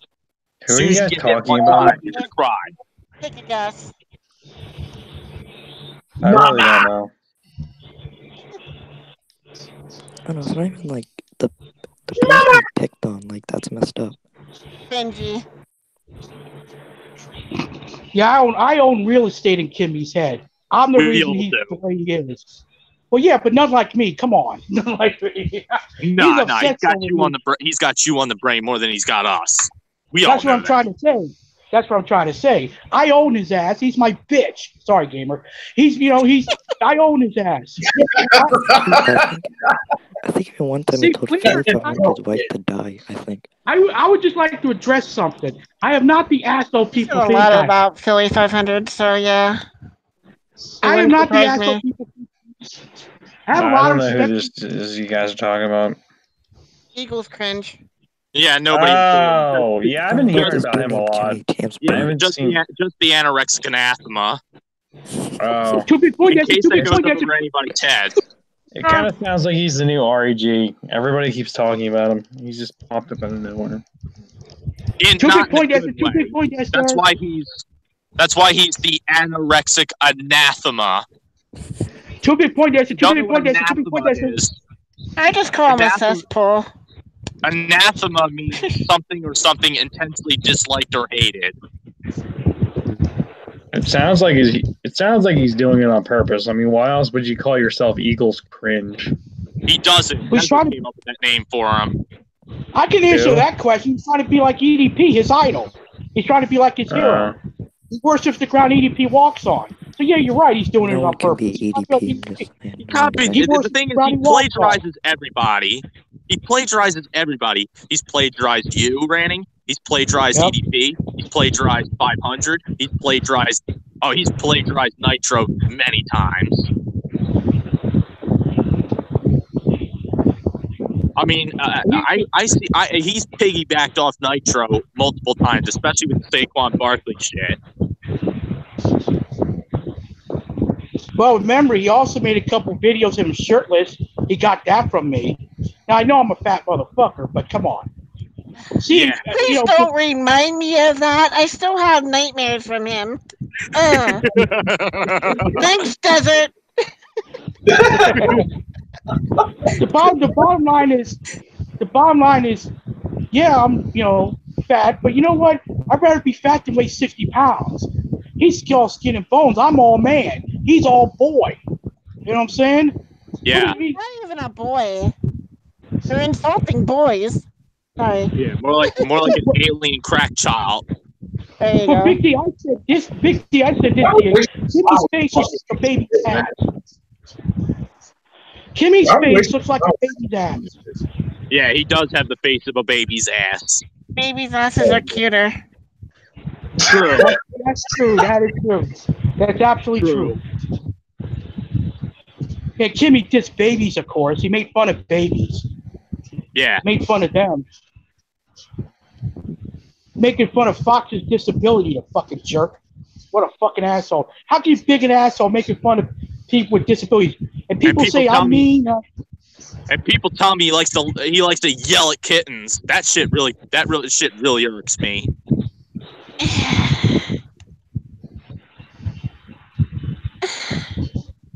The thing is, the thing that irritates me the most is how goddamn phony he truly is.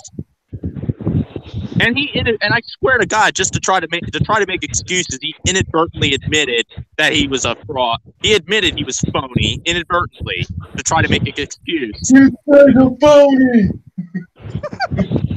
He's a big fat phony. That's the thing some YouTubers don't understand. If you want your channel to be popular, you have to be true to who you are. Exactly. And follow the camera. Right. You have to be true to who you are. Look at me, for instance. You guys think I'm crazy on camera. Believe me, I'm just as crazy off of it. I'm the same person. I'm not putting on a front or a facade. I've been handcuffed 2 times. I've seen a lot of people on YouTube that put up these fake personalities, and then it comes back to haunt them later, they crash and burn. That's the thing, guys. The thing is, I'm an insanely strong believer in the phrase, what goes around comes around. What goes around comes around, because, like, for example, if he didn't call other people out on their fandoms, maybe they wouldn't call him out on his. Because I know that's hurt him a few times. Well, even made a video trying to say, "Oh, don't say I'm not a fan." That's how this fucking feud started between me and him. Claiming that I was, with him saying that, I said that Carson Wentz got hurt on purpose. That's a bunch of bullshit. You know how stupid that sounds? Yeah. Carson Wentz is going to intentionally ruin his season, ruin his MVP award, ruin him making a lot of money for winning that MVP award, and intentionally ruin the Eagles' chances of winning the Super Bowl. That's stupid. That is fucking stupid talk. Yeah. Jimmy's the dumbest Eagle fan that ever lived. And if he were in chess, I'd kick his fucking ass right now. If he was in chess, I'd fucking fuck him up right now. Period. Oh yeah. Wouldn't be too difficult to do. Man. And the thing is, he tried to say I was a fraud, which, by the way, he spelled it "frude." Saying that I was a fraud because I thought the season was lost because Wentz got injured. Funny how he waited an entire year to have that opinion of me, all because I banned him from my channel, which I had a good reason to do so, by the way.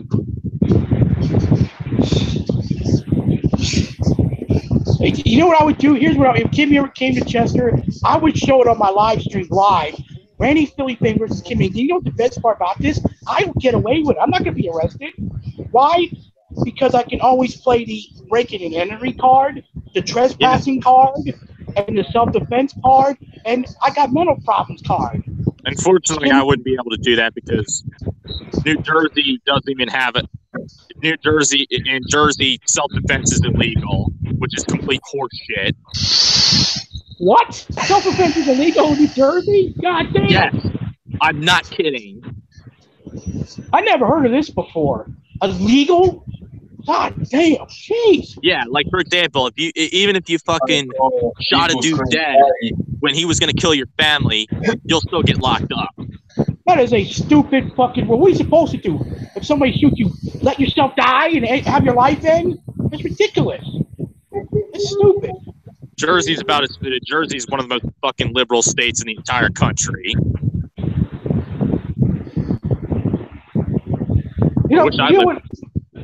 Wish I lived in PA, but unfortunately I don't.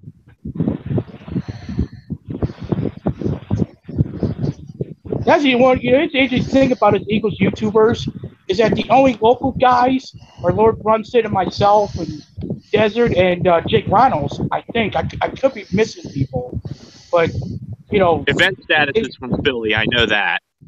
Oh, that's right. I forgot about event status.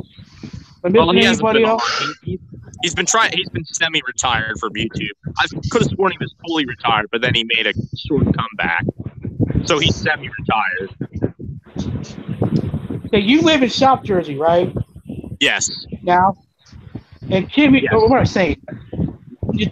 Just see, Joey lives in New York. Nigel Freak lives in New York. 500 lives in Sacramento, right? Darius lives in Anaheim, and of course, EDP lives in Bakersfield. Spunky, actually, I don't know where the hell he lives because his world's in a truck.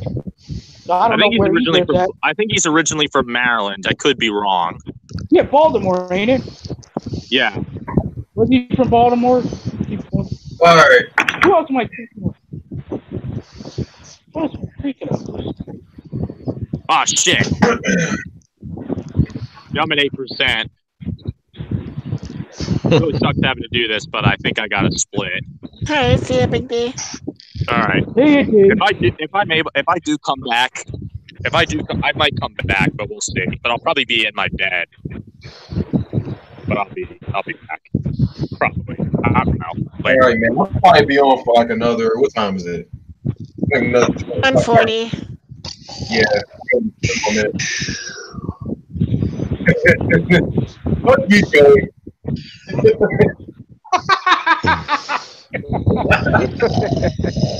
That's how you fucking.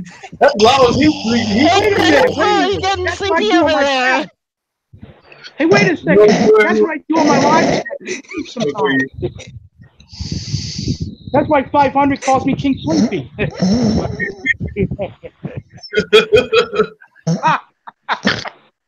you go, Joe. The exact same thing in my live chat. That's why 500 calls me King Sleepy. Motherfucker. Sleep in peace, motherfucker.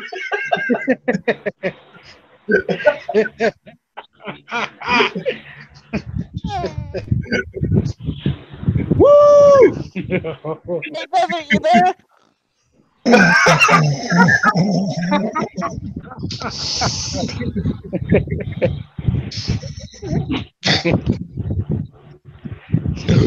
What?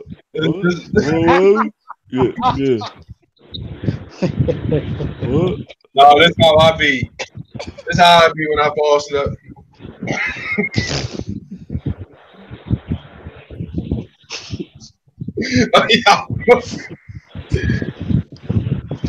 That's what I do on my live chat sometimes.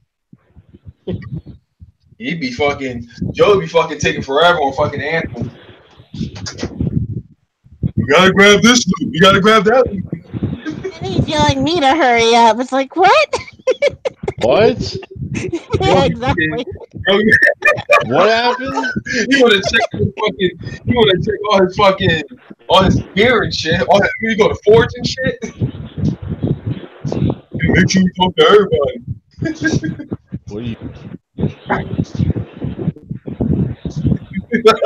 What are you talking about?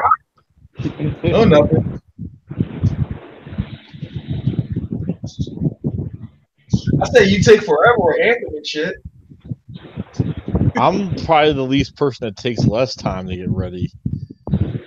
Lie. That's bullshit. Lie. That's fucking bullshit. Lie. That's bullshit. Fuck up, that's lie. That's bullshit. He's got this. After a match, that's bullshit. That's the biggest bullshit. You guys will be talking for like a half hour. I'm like, are we gonna like start another fucking game? That's you, dude. Yeah, alright.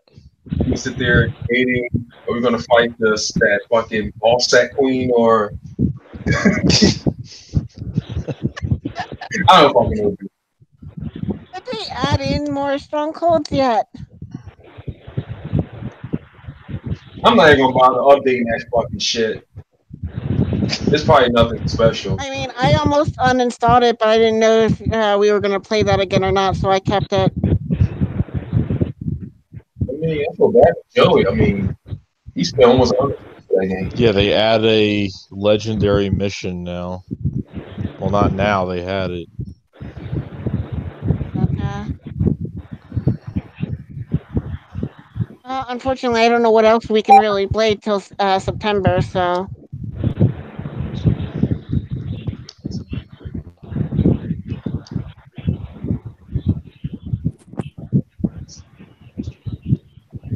So, Joey, I probably should have asked this a long time ago. So Nah, fuck you. So he said Fuck we you, were.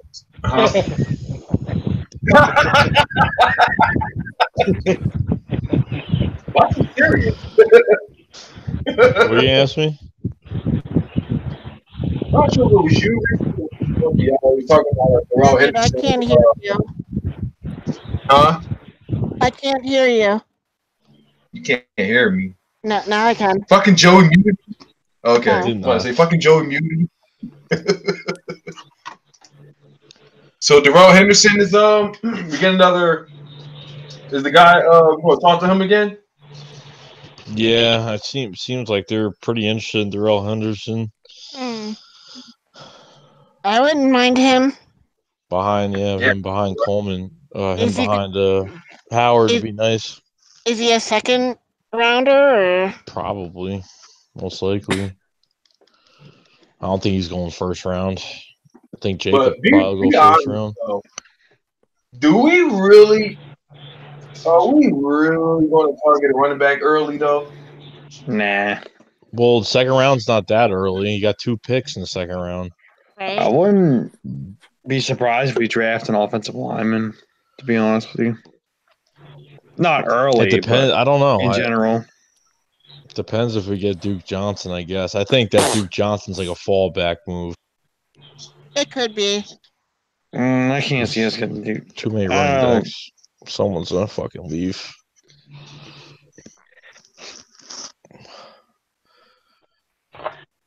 Some tells me, yeah.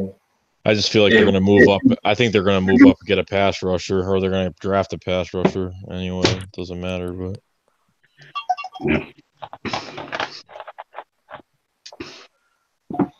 I'm totally with it.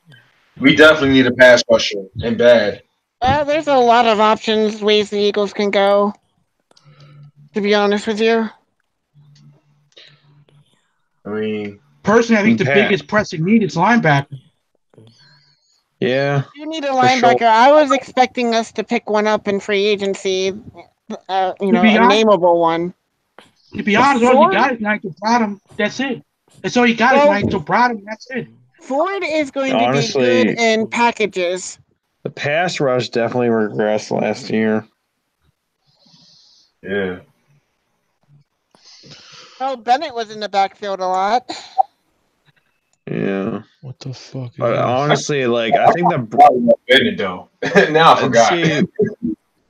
Well, the thing is, like the Ronald Darby injury, like that probably wouldn't have happened if they had sacked Dak earlier.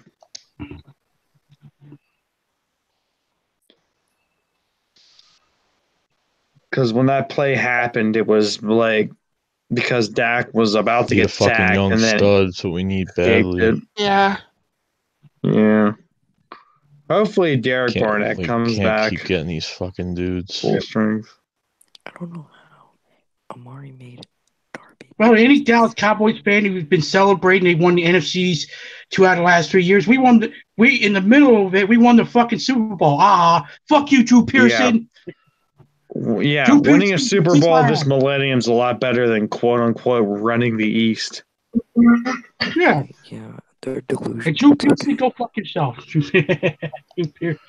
Drew Pearson's an asshole. I mean, we won the Super Bowl and they win division titles. Whoopee. Yeah. You know, they haven't won shit.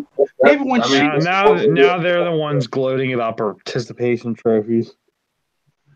They haven't won shit since '95. It's almost 25 years ago. You know? Yeah.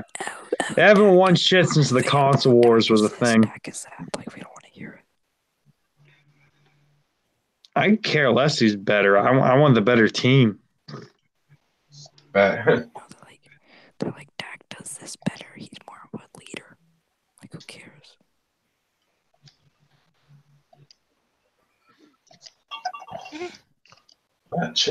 They're just gonna talk no matter what, so sorry, Cowboys X Factor.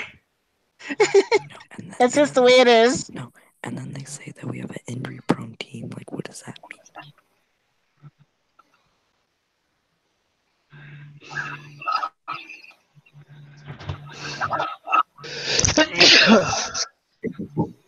Bless you.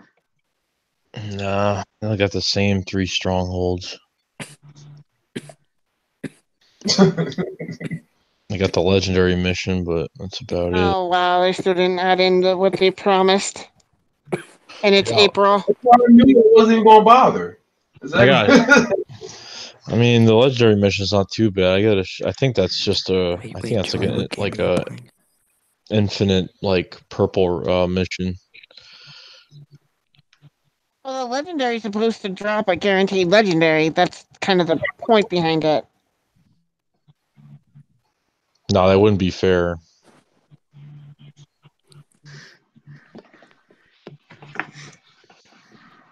I don't know what they must. I don't know. Is it something that you can keep repeating? Yeah. Oh, okay. That's then. Yeah.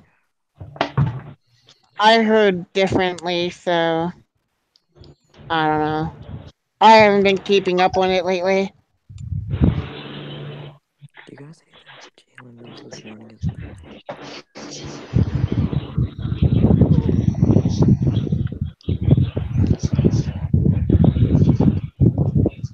Yeah, I bought the remastered Borderlands 1 game. Borderlands. I've heard of that series. That's a good one. Yeah, I had to get it. Yeah, the voice of Cells in I that should have picked series. that up too. I'll probably pick that up later.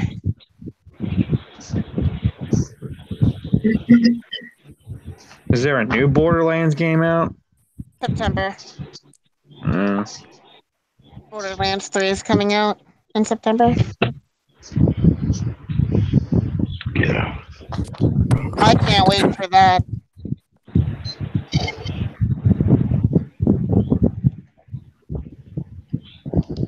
What kind of video game is that? Is it like a first person shooter? It's a loot shooter. Yeah. Alright. This is way over my head, that's for sure. This is way over. I haven't played video game consoles in years. Why am I laughing so hard at this? This dude said the Cowboys have no rings in his timeline. Why am I laughing at this? Because it's probably true. You're like most Cowboys. What is it with these? What is it with these moron Cowboys fans? They always keep bringing up 5 rings when most of the fans that are on YouTube only saw 3 of them. Some of them didn't see any. You can't like brag that you win Super Bowls, but you never actually saw your team win Super Bowls because you were too young and not even born to remember the damn thing. That's like me. That's like me bragging that the Eagles won the 48, 49, and 60 titles. I wasn't around for that. Right? I can't take credit for that. These Cowboys fans are fucking morons, except for X Factor. X Factor is the only guy I like. He's cool. Everybody else can kiss my ass. Fuck those motherfuckers. Like I said in Desert Eagles comment section, imagine bragging about 5 rings when you weren't a fan to see any of them. Yeah, most of the Cowboys fans I see. Another thing, imagine even bragging about 5 rings when you haven't even been to Texas at least 5 times. Yeah. Yeah. Seriously. Bragging about your NFC championships. Dude, the weirdest fan combination ever are those Cowboys fans who are also Phillies fans. Wait. Hey, I've been to Texas 8 times, and I'm not even a Cowboys fan. Seriously though, it's like the weirdest fan combination ever. Do you guys think Texas is a nice place? Two picking shit to root for the Rangers. Well, at least you guys didn't have a father who was a Cowboys fan, like I was. Yeah, my that father. shit would I suck. don't know how that works. It sucked. It sucked. I mean, like I said earlier in the video chat, my dad told me when I was a little kid, you'll never see the Eagles win the Super Bowl because of politics. I'm like, what the hell are you talking about? What? That's what he would tell me. If the Eagles, the city of Philadelphia will never allow the Eagles to win the Super Bowl because they don't want to riot or something like that. He told me as a kid. That's like, pretty funny. he would tell me, "Go fuck them Cowboys" and all that shit. I'm like, shut the fuck up. Like, he would brag and brag and brag. He would, honestly taunt me and say, "You'll never see the Eagles win a Super Bowl." Okay, why the hell would the Cubs win the World Series if that's the case? So I saw the Eagles. I saw the Eagles finally win the Super Bowl. So, Dad, here's to you, motherfucker. Woo! You know what I'm saying? My dream came true. It took 30 years, but it came true. You know what I'm saying? Better late than never. Hey, I'll take it. I live in freaking Steelers country, so I hear you. Oh, you live in fucking Yinzerville.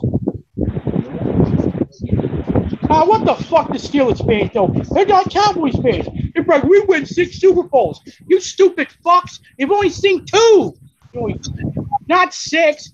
You were around in 1974, 5, 8, 9. Get the hell out of here. You've only seen 2. That's 5 and 08. Champions. Okay, that's like me. Those Yinzer fucks haven't done shit in over a decade. They really haven't.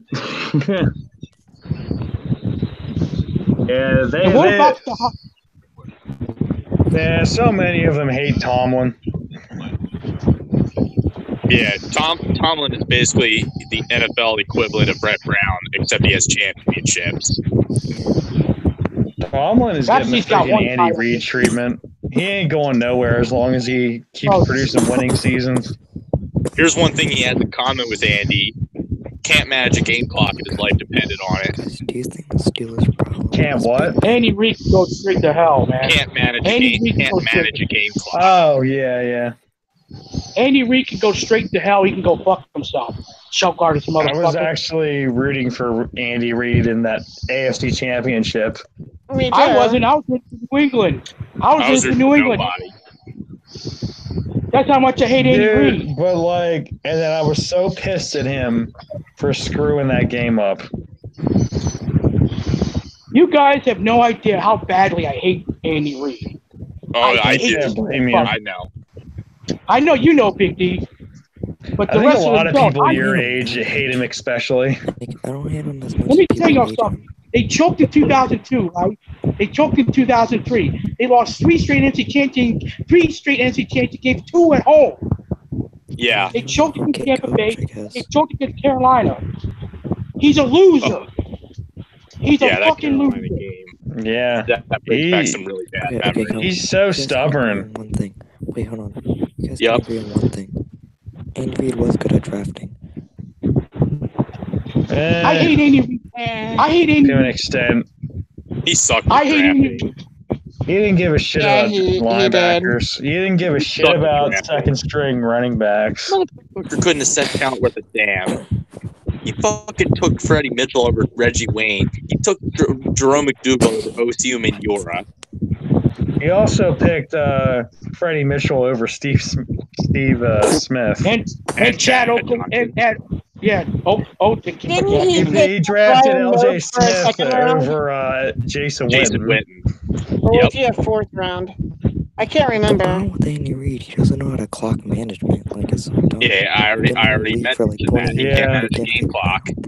Yeah, he scored at the 2-minute warning in the AFC Championship. What about plenty of time to score? Figure it out. What about a stubborn play calling in the 0-2 NFC Championship game when Stu Staley scores that 22-yard touchdown run and Tampa Bay could not stop the run, and Andy Reid gets this bright idea: let's pass the ball to garbage receivers Todd Pussy Pinkton and James Trash. Look how great that turned out. Yeah, I know. I think I was like 5 years old at the time. Andy Reid can go to hell. Period. Fuck him. And fuck Don McNabb, too. Chokers, motherfuckers. They should have won at least. How did I know you were going to bring out McChoke? Because I hate McChoke. I haven't heard that nickname in a while. Big D knows this. I'm the biggest Don McNabb hater around. I'm the biggest Andy Reid hater, man. Yep. They should have won at least. Dude, McNabb regressed so much after we created him. What's your most hated player of all time? They should have won 2 Super Bowls and didn't win any.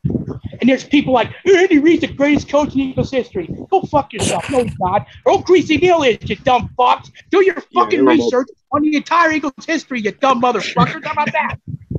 Yeah, there were multiple people in here earlier that brought that shit up. Rookie brought that shit up. And at least I told these losers that Will Greasy Neal's the best coach in Eagles history. Appreciate Andy Reid for what? Choking in 3 straight NFC Championship games when they were favored in all of them? Or at least the last 2? Andy Reid lost 3 times in one season to a coach who got fired like months later. Yeah. Well, he gave Eagles good records in the regular season. That's good. The hell with the regular season. I'm all about being number 1, and Andy Reid choked every year. I don't care about 14 years, but at least you tried. I don't give a fuck about the regular season. He choked in the Super Bowl. He's fucked up. So did Don McNabb. Regular season titles don't mean shit. It's about winning the Super Bowl. If you can't win the Super Bowl, then it's a failure. Period. Andy Reid fucked up with 3 straight NFC Championship games. Okay? 3 straight. And he choked in all of them. And they choked against New England. They should have won Super Bowl 39, and they gave that game away. And McNabb is figuratively literally throwing up like the pussy faggot he is. Dude, right? Reid really fucked up that Super Bowl, though. He did. As bad as McNabb played, like, Reid's game plan was fucking putrid. Yeah, it was garbage. Dorsey to Dorsey Levens was hardly used at all. How'd you guys feel when T.O. signed? There's just so many little things that Andy Reid fucked up on. I hate Andy Reid so bad I was rooting for New England to beat Kansas City. That's how bad I hate him. You know why? Because if he ever wins a Super Bowl, first of all, people are going to say, I told you so. I told you Andy Reid was a great coach. And then they'll induct him to the Hall of Fame. And then they'll induct him to the Hall of Fame. I don't want him in the Hall of Fame, and I don't want people to say, I told you so, I told you so, I told you so, I told you so. Fuck those apologists. Fuck those Andy Reid apologists. If New England plays Kansas City again, I'll root for New England again. I don't give a fuck. And I hate New England. I mean, that could really... It really doesn't faze me if Kansas City gets a ring. That's how bad I don't think they will. I don't think they will now. They really missed their shot last season. Like that. They did. I don't know. Kansas City will never beat New England. But now Holmes has another year under his belt, and Tyree. As long as Kansas City has, I feel like Rams last year they blew that Chiefs team was one of the best teams they've ever had. Well, you know what the mistake they made? They let Doug Pearson come here. They should have promoted him and fired Andy Reid on the spot. They would have already had a Super Bowl title by now. If Peterson was coaching the Chiefs last year, they win the Super Bowl. Period. They win the Super Bowl. As long as Andy Reid's coaching the Chiefs, Patrick Mahomes will never see a Super Bowl title. End of story. Definitely. Period. 100% agree. They'll never win a Super Bowl as long as Andy Reid's the coach. I hate Andy Reid fans. I hate Andy Reid's apologists. He's an asshole. Okay. He's a loser. He didn't win shit. All right, I was young back then. I was 20, 21, 22, and 23. Hopefully see a Super Bowl. Dude, Andy Reid apologists for getting ridiculous towards the end of his tenure here. Yeah, they were. What Eagles player do you hate the most? And you know what Randy Philly fan did? I dissed the hell out of him on Twitter a lot. What Eagles player do I hate the most? There's a lot of Eagle players that goes around. What's your most hated Eagles player of all time? Like hated. Oh God, Freddie Mitchell? Vince Young. Really? I hated Vince Young. I don't consider him a player. We know my. Oh yeah, we know my. Yes. You know what? Every single backup running back from the Reid era, not named Buckholz, Harrison, Levens, or Moat. That's the Bryce Brown. Remember Bryce Brown? Fuck Bryce. Not Bryce Brown. Ronnie Brown. Fuck Ronnie Brown. Oh yeah, that guy was a fucking bust. Yeah, Reno Mai's my most hated Eagle because, he had no athletic ability. He couldn't run. His speed sucked. He couldn't break tackles. And they kept bringing him back. Yeah. Mahomes does sound like Kermit the Frog. Patrick Mahomes does. Please don't hold a ran for 200 yards in a game. I feel like in a way Chip Kelly brought us a Super Bowl. I don't know. His best chance would have been 2013, but he screwed that up. After that, Saints were just a better team. No, we should have fucking won that game. But Billy Davis choked that one. We didn't even use Deshaun Jackson for that game. It's too late in the game. We had our chances to win, but Billy Davis choked. I feel like the Saints are just a lot better. Oh yeah, we can't beat New Orleans if our lives depended on it. No. They're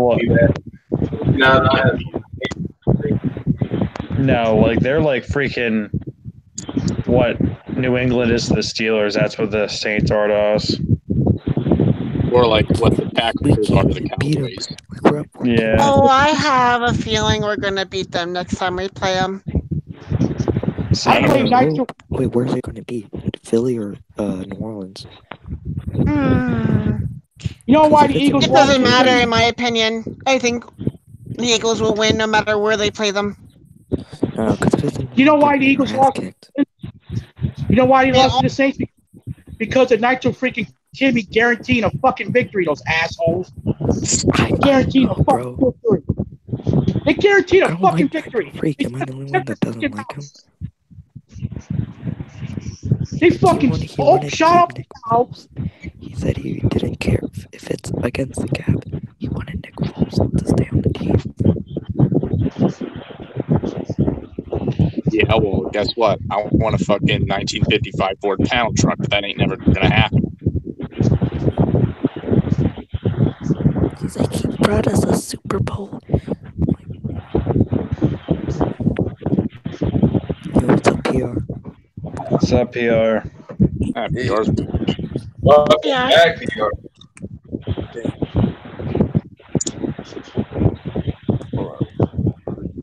Bro, it's like 2 a.m. right now. Probably me and Big D were the only ones who didn't watch that Super Bowl, thank God. Nope. We did not. I didn't watch it. Oh, you didn't? Good. Yeah. I'm glad I didn't watch it because I would have fell asleep. It's ironic that ironic that Super Bowl 53 was the lowest scoring Super Bowl ever after the previous year being the highest scoring Super Bowl game ever. Go figure that one out. Yeah. I know. Ironic, isn't it? Haha. But the St. Louis Rams had no business. I'm not the St. Louis Rams. The Los Angeles Rams had no business being there. They were too green. No, they really didn't. They were too green. They were too green. That's what I kept trying to tell everybody. The Rams are too green to win it. But no one listened to me. Well, they should, Gamer, because you're smart. Oh my God, don't you hate the Nick Foles dick riders? I said they don't have the experience. The only team that could beat, as far as I'm concerned, there's only one team that could beat New England. Us. The Saints could We're the only team that could beat them. We're the only team that could beat them. Well, we're the only team that could beat New England. That Patriots defense was very different. Matt Patricia was kind of a hack. Let's be honest. I feel like if it was the 2016 he was not that much and the Eagles Super Bowl, we might have lost. So 2016. I mean, what was it? Brian Flores is way better defensive coach. But New England's defense last year was a little bit better than the one in 17, but the defense still not good. Atrocious. I mean, The Rams were the highest scoring team last year. No, Throughout the it's whole because Sean season. McVay is a little. The Rams made the Say move. shit with Patriots someone. defense. The Rams Also- made the Patriots defense. Sorry. They, The no, Rams. they made the defense look like it was. I don't even know. The 85 Bears. And I kind of feel like the Rams defense really wasn't playing as well as you Also, think they were. Well, I don't think. Well, no, because the offense could have scored any points. Like if offense. Like I kind of they felt would have won the New game England was easy. kind of had a conservative game plan. also the fact that they didn't even use Todd Gurley because they were hiding the fact that he had No, some really he had bad injury. Yeah, arthritis. yeah. Well, Does how that can you, mean like, they were barely using one of their best players? Does that mean their coach was trying to throw the Super Bowl? That's all I heard that Malcolm Butler wasn't playing. Because everyone overhyped Sean McVay. I feel like McVay Doug is an Pierce should be overrated coach of the year. scrub. I would say McVay is the best play calling head coach. I mean, the thing is, I don't know, man. to be as young as he is and lead a team to a Super Bowl, like that's hard as fuck. Like I don't think anyone's ever done that. Like Peterson is like 45 years old or like 50 years old, and he has experience. Like, wait, speak. Yeah, like Sean Yeah, McVay but how is many like, coaches won a Super Bowl in their second year as a head coach? No one. Sean McVay is like 10 months younger than me. That's kind of crazy. Bill Belichick. Guys, I don't think Bill Belichick. Like second year coaching ever. That's Now they've been nuts. coaching for a team. Yeah, it was his second. It was his second. Oh well, okay, never mind. His second stint. Do you guys realize that I'm 7 years older than Sean McVay? Bro, I'm almost that's a crazy. decade older than the kid. Decade older. I'm 7 years older than the Rams head coach. Go figure. Everybody was Sean McVay during that Super Bowl, though. George Seifert won a Super Bowl in his first season. Like, video, who would have a better year? Yeah, in '89. Dumb video. Yeah, blowing he won Denver a 55 to 10. Okay, one coach. Denver. There's probably more. Maybe. Bro, I think John Elway's selfish. He's not getting any good quarterbacks. Didn't Tom I got a Flores- name. Wait a minute. I think I know another name. Joe Gibbs. Joe Gibbs was in his second year. Wasn't Tom Flores in his second year too? I think he Yes, he was actually. Yeah, he was. Because Madden had retired in '78, and Flores took over in '79, and he won in '80. And Joe Gibbs used to be the offensive coordinator of Doc Coryell and the Chargers in '80. He went to the Redskins in '81. They had a bad season, but the next year in '82, in the strike season, they won the Super Bowl against the Dolphins. So yeah, Gibbs only won the second season as well, along with Flores. Wait, Desert, what are you doing? I love Madden physics. Madden is the dumbest game. Yeah, they called my player down by contact when he was standing on his feet and he walked into the end zone. I challenged it and it still went against me. Like, what the hell? I stopped playing. What the fuck? I stopped playing Madden 6 years ago. I stopped I got it for $10. Leave me alone. I'm retired from video games because I got blown out 66 to nothing. And I was playing the easiest level, man. I was playing Madden 05. I lost 66 to nothing against the Texans at the easiest level, mind you. That's when I know I'm too old to play. I feel like San Francisco's a sleeper team. Didn't Mike Shanahan win the Super Bowl in his second season? Wait, where? What team? Wait, he was the coach of the Raiders. He was Raiders coach too. Shanahan was in his third season when he won the Super Bowl in '97. He was in his talking third. about rookie coaches that won the Super Bowl. Yeah, never mind. I think Tomlin was also. Now Tomlin was in his second year. Yeah, Okay, Tomlin was speaking in his second year. Tomlin was in his third year. I thought I it don't was like his third Tomlin. year too. It was his Tomlin second keeps- year. Second My year. sister is a No, Pittsburgh Steelers fan. No, Tomlin was in his third year because Coward retired after Super Bowl 40. And he Oh, they did? No, Bettis retired at Super Bowl 40. So did Coward. He didn't coach in 06. Coward quit after that. And in 06 is when he Tomlin didn't. took over. And he took I over in don't 07. care. I mean, I'm not a Steelers fan, so. I can care less. But Coward was still the coach Coward in was- 06. Coward was in Yeah, his he third year when was. he won the Super Bowl. Coward was in his third year when he. I mean, not Coward. I was saying Tomlin was in his third year when He was won in the his Super second. Bowl. Coward was the coach in 06. He was? Yeah, I just looked it up. Yeah, he was. Alright, here's a good question. No bias here. Who would you rather take, Wentz or Watson? Wentz. Wentz. I feel like I'll just take Wentz because he's more built for quarterback. Watson's cool too. I was really surprised how badly Watson played in that playoff game. Oh, he was awful. He was green just like Lamar Jackson was. Yeah. Wentz has more command of the line than Watson does too. Oh my god. Bro, there's some delusional Baltimore fans thinking he's gonna be the next big thing. No. I would love him to be, but he was green in that playoffs. Freaking Marty Morningweg kept sticking to freaking gimmick run plays and shit. Bro, You gotta love old Morningweg. Yeah. Screw him.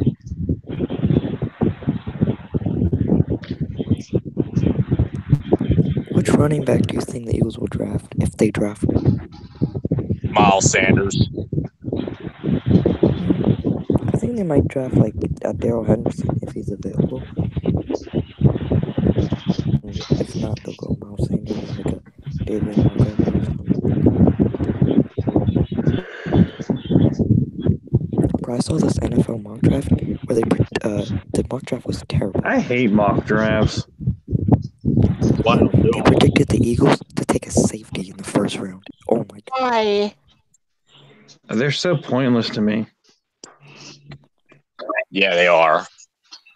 I mean, I don't mind like draft predictions, but like full on mock drafts on who you think's gonna draft who is just they're such a waste of time to me. They are. It's like just wait till the draft. Like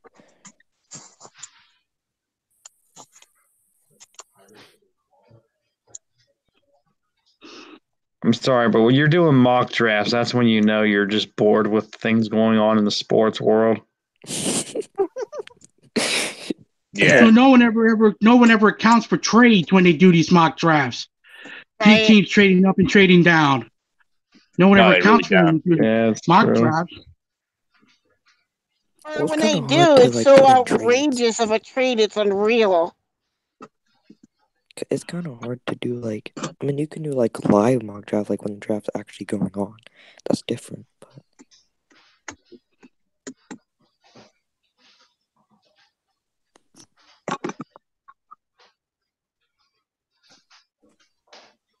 So I know as far as I'm concerned, the only team that could beat the Patriots is us.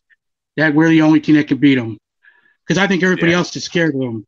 Everybody else is scared of New England, let's face it. Yeah, they really You know are. what I'm saying? Only the Eagles can beat them. To me, next season's a two-team league. It's going to come down to us and New England again for the rubber match. That's what I think is going to happen next year. I believe in that shit. No, I think that's definitely going to be a primetime game. We play them this season, yeah. Yeah, that's definitely going to be a primetime game. Oh, it will be for sure. That's going to be Super Bowl 53 and a half as far as I'm concerned. That's the game I'm looking forward to the most. It might be a statement game for Wentz. I already see the Carson Wentz haters coming. I already see them coming. They're going to be like, Wentz is not even going to be playing in that game. I already see him playing. Probably for any Andy Reid apologists out there, you fucking assholes, let me tell you something. Andy Reid, if he was coaching the Eagles Super 52, there's no way he would have ever gone for it on fourth down. And there's no way he would have ever gone for it. He wouldn't have. And he would have lost. And he would never managing the game clock. He wouldn't even made it past the Falcons if he was our coach that year. He wouldn't even be in the Super Bowl. He wouldn't have beat the Rams either. Nope. Or the Raiders. Hell no. Yeah, in my opinion, there's no way he would have gone for the Philly special play. He would have kicked the field goal. That's not how you beat New England. Yeah, anybody notice that? Anybody notice during the Philly special play call, when Foles says you want Philly, if you look behind Peterson, you can see Deuce Staley shake his head no really quick. Yeah, I saw that, Yeah. I didn't really mind it because it's I thought I was the only Eagles fan who noticed that. But yeah, when Foles says you want Philly, you can see Deuce Staley behind Doug Peterson be like, no, I didn't see it until I watched the film the fourth time. I didn't see that when I watched it the fourth time. Yeah. Well, Reed's conservative ass would have kicked the field goal. All right? I was actually looking for it because someone in the comments of that video pointed that out. So. What about the 4th and 1 play? What about the 4th and 1 play and 5.5 minutes to go? He would have punted. You know what would have happened? New England would have scored a touchdown. We'd be down by 8 and lose. Yep. He's a gutless. No, seriously. Peterson had the balls of biggest balls on that day. Oh yeah, but that's what he does. Yep. That's the kind of coach he is. Chicken down 39. You know what's when weird? New England tied, we hate Doug Pearson when we don't make it on fourth down, but we love it when he makes it. Yeah. Yeah, I can't stand it whenever it's 4th and 1 and he goes for it and he passes. But sometimes he gets it. Bro, I feel like that's sometimes he still converts it. Sometimes I don't think Pearson calls the play. Sometimes it's micro.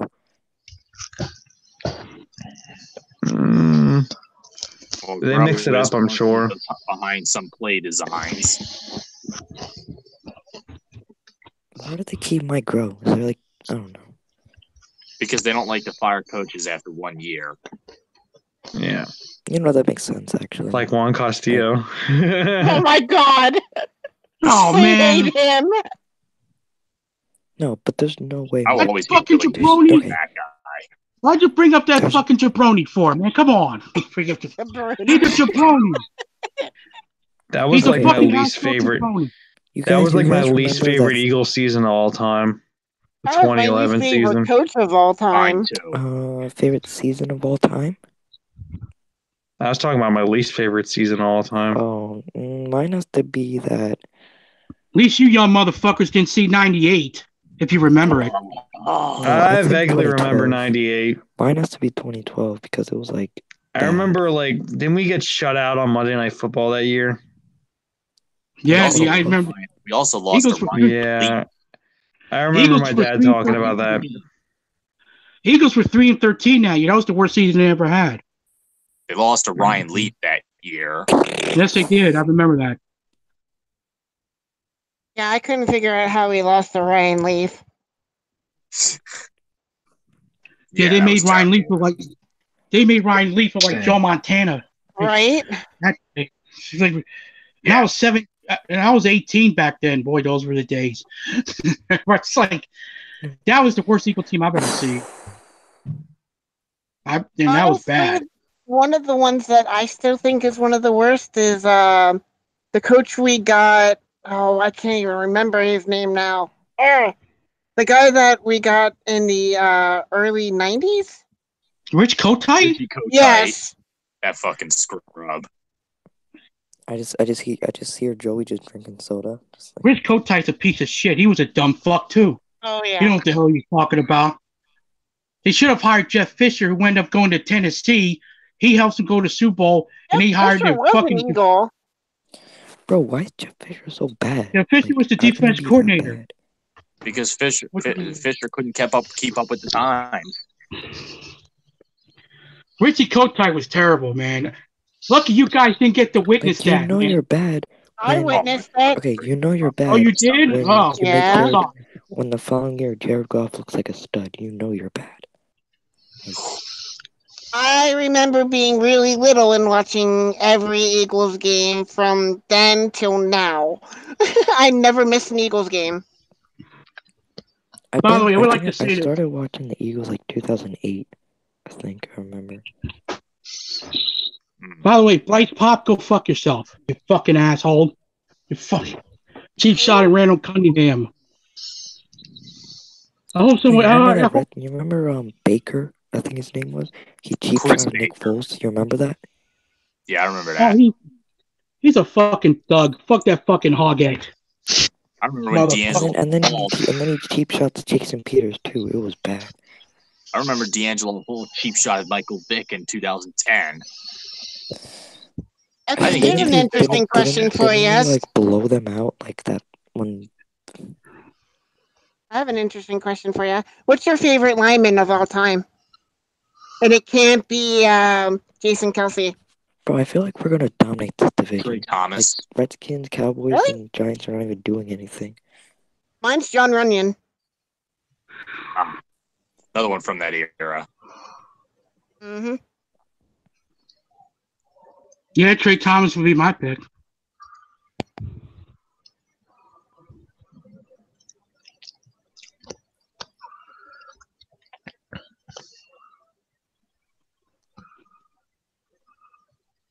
Do you like any of the corners in this draft? I honestly don't know the corners in this draft. I'm really out of date with the draft this year compared to the others. Okay, I'll give Cindy one more year. Like Cindy Jones. I think he's a bust. I don't know. I'll give him one more year. Yeah, I think we can pretty much come to that declaration that Sidney Jones is a bust. No, I will not give up on Sidney Jones just yet. No, I'll see one more year. Because I was one of the few people that was rooting for him. Like, I was so happy to get him because I said that he was one of the better corners in the draft. I will not give up on him just yet. I still think he has potential. He just needs to be healthy. He certainly better step it up this year. That's for damn yes, sure. He does. When he didn't tear his hamstring, he was good. Like, he was good. And then he teared his hamstring, and then he came back in. He was like ass. I remember it. It was like the Saints game when we got blowed out 48-7, and Sean Payton kept on coming after him. Yeah, Schwartz being his fucking stubborn ass self. He gave $0 that game. Rushing 3 guys. And that would also, to the Saints game, Wentz was really mad that game. Like, he threw his helmet. I'd never seen that before. I don't blame him. That was by far. Anybody does. Nah, I think Sidney Jones can be considered a bust. Okay, I'll give him one more year. Just one. And then we'll see. Yeah. Because technically, last year was his rookie year. So. True. Nah, he played in week 17 of 2017. Yeah, but it was kind of like a meaningless game anyway. So. Yeah, true. That was like a preseason game. He still played, but, you know.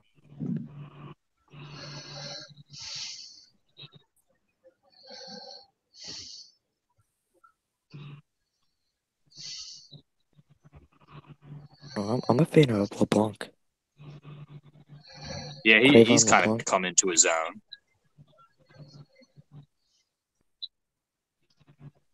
He never played a full season though. I saw him. He played against the He was on the Bears. He made this one play. I think he was playing against the Eagles. I think he made like a giant fumble. I remember. He used to play with the Bears.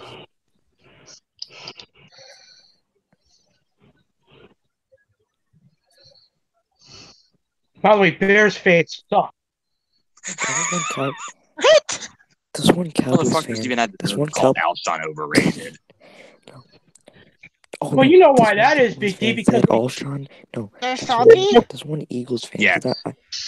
No, this one Eagles fan. Oh, no, I don't even think he's an Eagles fan, but he's like, why, he's like, Alshon is so slow. And it's like, we don't even need him to be slow. That's a bunch of bullshit. It's not Jeffrey ain't slow. That's ridiculous. Yeah, that's garbage. Yeah, that's horse shit. And then a Cowboys fan's like, Alshon's overrated. You should have kept Golden Tate. Like, what? What? Oh, God. Bro, it was on Twitter. I remember. There's a bunch of. I want to know how the Bears fans feel about losing And Jordan Skip Bayless, Howard. I know you guys shouldn't listen to anything Skip Bayless says, but he said that Golden Tate is a better overall receiver Oh, than that's Deshaun Skip Jackson. Bayless. I don't give a shit what he says. Skip Bayless is a paid actor. Yeah, And so is Stephen A. Smith. Stephen A. Smith said the Cowboys are very to win Super Bowl, but anyway, I don't even care. I never watch those shows myself because they're assholes. They're anti-Philly people. Anybody hates Philadelphia. Says a lot of good things about the Eagles. Who, Shannon? Anybody, yeah, he does, but I don't know. Anybody who hates my hometown, go fuck themselves. Anybody who hates my hometown. The only show I watch is First Things First, where it was like Brian Westbrook and Chris Carter. That's the only thing I watch. Chris Carter. Chris Carter, he's a purple freak fan. Fuck that motherfucker. He roots for the purple faggots. He roots for the purple dingbats, and he roots for the fuck Millie train. I mean, come on. He's a purple dingbat. He's a complete What about because Paul Allen, though? Don't you like the Vikings play-by-play announcer? Ah, fuck that motherfucker. He's a fucking over. I hate that guy. I hate his voice, bro. I hate him. No! Hey, Paul. No! The Vikings are eliminated! Hey, Paul, how'd you feel? You guys know Colin Coward? Hey, Paul, how'd you feel we won 38-7? How do you feel we won the Super Bowl in your home field 41-33? Kiss my ass. Oh no, a lot of Eagles fans were saying at least their stadium made it to Super Bowl. Yeah. We win the Super Bowl, they haven't. And they never will. I like the meme where they were like painting the end zone with our colors in the Super Bowl. That was funny as shit. You know, at one time, I actually was rooting for the Vikings to win in their home field until the fans started talking shit against us. If I ever see a Viking fan, I'll beat the shit out of a Viking fan. Reckless. And the reason why, when they played, remember when Wentz was playing? All right, Wentz was back, like, I think it was 2018. Excuse me. When we were going to play the Viking, like, week 5. And then they were like, I don't know, they were mean. We should have fucking won that game. Yeah, we should have. Yeah, we really should have. I blame it on Wentz. I blame it all on Wentz. Well, not all of it, but most of it, at least. He couldn't score, I don't know. That fumble return was pretty brutal. Yeah, it was. Yeah. I can't put all the blame on Wentz. I mean, there was a lot of drop passes in that, you too. should blame Wentz on, to be completely honest, to blame Wentz on is the two Dallas games. 2 of them. Both of them. The first one, I'd say you could blame him on. Because the second one was just atrocious. It was bad. The first game pissed me off more. Yeah. Well, the second one, my thought was like, I mean, we're already eliminated when we walked in that stadium. So it was like, what up, Desert Eagle? What up? For the love of God, can people not guarantee a fucking victory? Right? I've had enough of this bullshit.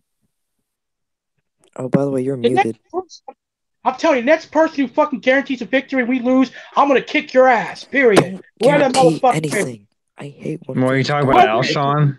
Guaranteeing anything is bad. No. I'm not talking about Alshon. I'm not talking about Alshon. Go ahead.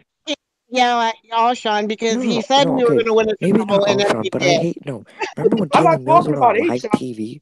Remember when he went on live TV and said, we're winning the Super Bowl this year? Like, shut the fuck up.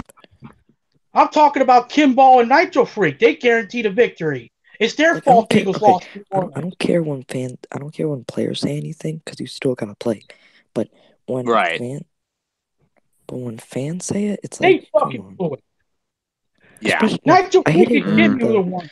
Nitro Freaks guarantee was just an act. Remember when Crew J, Camus or something said the Cowboys always choke? Like, he should have kept his big fucking mouth shut. He fucked us out of the first game. Nitro Freak should have kept his big mouth shut. Yeah, he should have. And Kimmy should have kept his mouth shut. And if they were here right now, would kick their fucking ass. Fucking assholes. Guaranteeing a motherfucking victory. Sending back karma. You got A'Shaun Jeffrey, who fucking drops the ball. He would have caught it 99 times out of 100. The ball's in midair, gets intercepted. Well, I mean, I don't know. That was like, in a way, the pass was kind of awkward, but still, you had to catch that. Was, but the play was kind of rushed too, trying to rush it before it's even a warning. I hate this. Why didn't Pearson call a timeout? Or let he should have called that timeout. No, it was 2-minute warning. No, it was like two. It was just before a 2-minute warning, I think. You should have just let the clock run. The worst part is they didn't even learn from that fucking Titans game. He should have called a timeout, and that would have given him time to decide what he was going to do.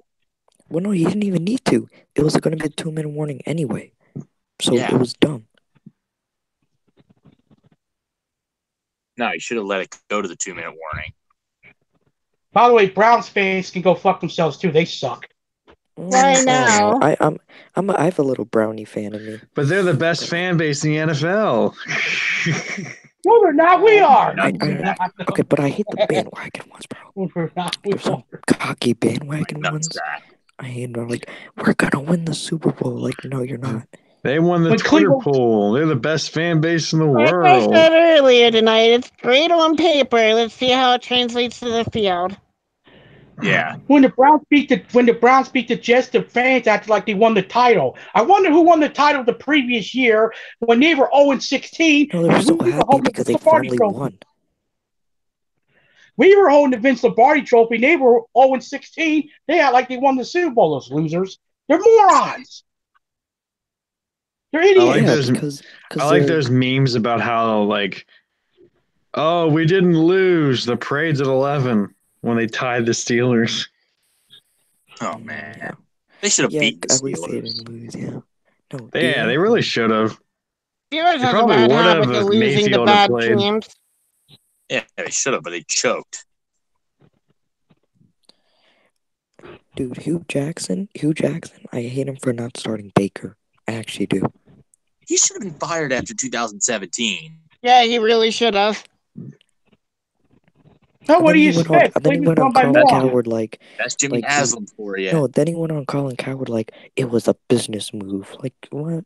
Oh, Jesus Christ. Fuck that motherfucker. Colin Coward. I hope Colin Coward gets hit by the bus. I hope Colin Coward gets hit by a train. Fuck that motherfucker. He's another actor. He literally complains about teams having fun. I'm not even kidding. This is our hometown. I hope he gets hit by a train. Like every time the Eagles do like a celebration, I swear every week. He said we were morons for firing Andy Reid. Okay. Yeah, he hated us. He's like, well, he was like your best coach ever. Man, fuck Andy Reid. Wrong. I hate him when he broadcasts basketball too. Same bullshit Alicia and Brooke always saying. He reads the best coach ever. The best quarterback ever. Fuck you, bitches. I'm sorry. I apologize, Gabriel. Fuck those ladies and fuck Chuckles too. I punked his ass out the fag. The only thing Coward says right. No, the only thing Colin says right. Brett Brown apology. Okay, I swear. The only thing Colin Coward says right is that Carson Wentz better than Dak Prescott. That's the only thing he says right. Are you talking about Colin's worthless? Colin Coward, Colin worthless. Colin Coward. Oh, okay. Okay. Not Colin's worthless. Gotcha. No, he's not. No, we're not talking about Colin Jim. Oh, no. Are you talking about? Were you referencing Chris Jamokesworth? Oh yeah. So I remember. So EDP said this one time where like we were like losing when we lost in the Panthers game. We got blown out. That I hate that motherfucker, man. I really hate that motherfucker. The Eagles because Malcolm Jenkins didn't go to the White House or something. I don't know what people see in that motherfucker. He's negative every fucking week. Why didn't he go to the White Every House? fucking week he's being negative. This and that. Every game he gets mad when Okay, Eagles win. Look. EDP's happy about EDP. Fuck him and fuck EDP. I hope he gets hit by a train. So EDP. No, you know how EDP. Hold on, wait. Okay, and by the way, Felipe. Right, so he's like. All right, so he's like. He's happy.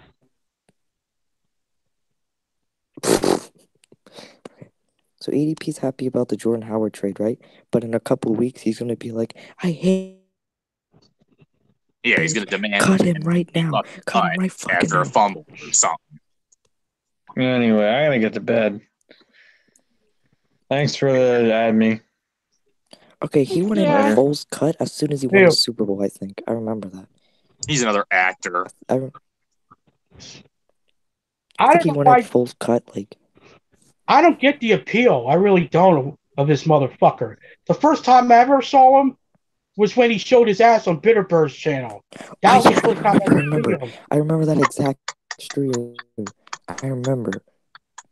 Oh, by the way, Bitterbirds, fuck you, and Adrian, you go fuck. Oh, I thought he was gonna get taken off the list. Hey, Desert, what you doing?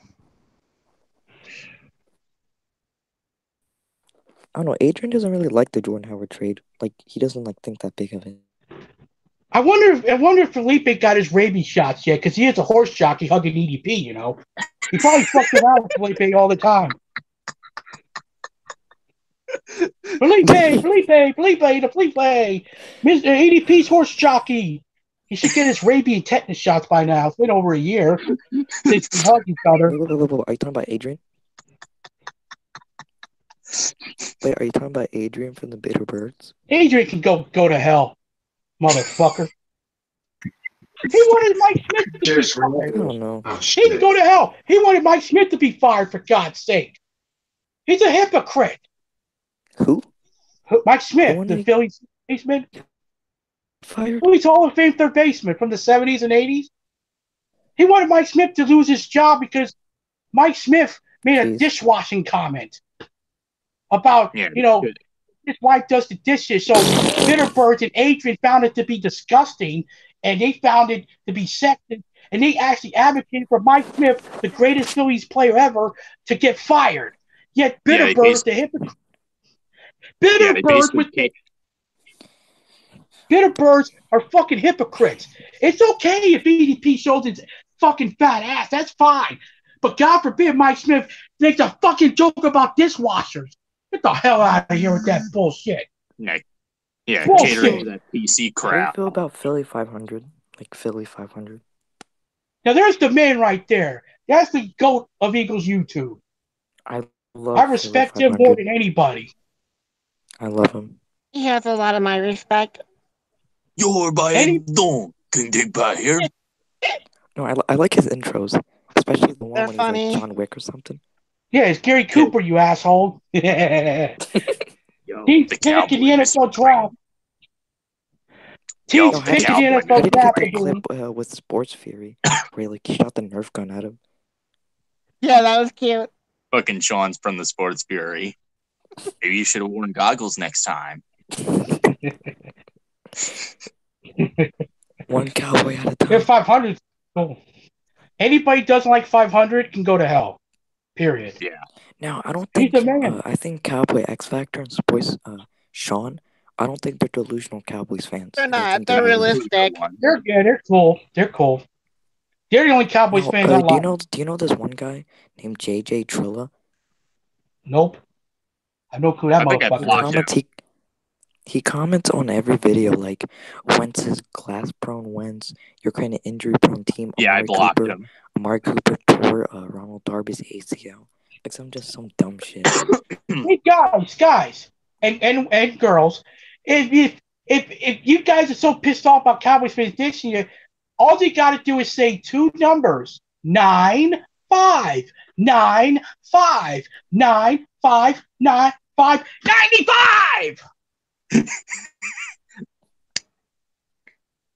No, and then they keep on using the same thing. We swept y'all last year. Well, guess what? We won the Super Bowl.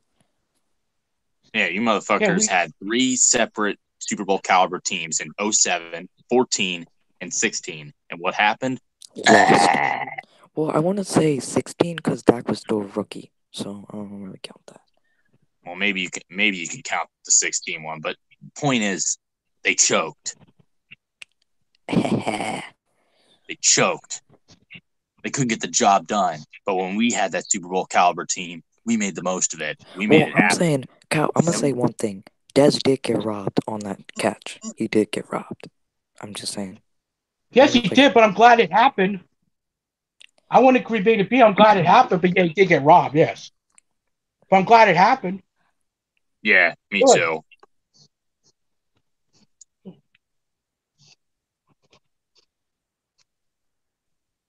Bro, imagine, I don't know. I think there's there's a lot more, I feel like I see a lot more Cowboys fans in Philly than I do, like, Eagles fans. It's weird. What? Yeah, I don't know. In my area, there's a lot of Cowboys fans where, like, near, North Philly, where I am. Well, I'm from Delaware County, Chester. There's way more Eagle fans than anybody else where I'm at. Okay, well, me too. Cowboys I live aside, in South Jersey. Okay, do you think Dallas is a nice place? Like, just like in general. I wouldn't know. I've never been there. I've never been to Texas. I've been to Texas, just not Dallas. Well, yeah. Texas, yeah, the same thing. Texas is, I mean, depends on where you go.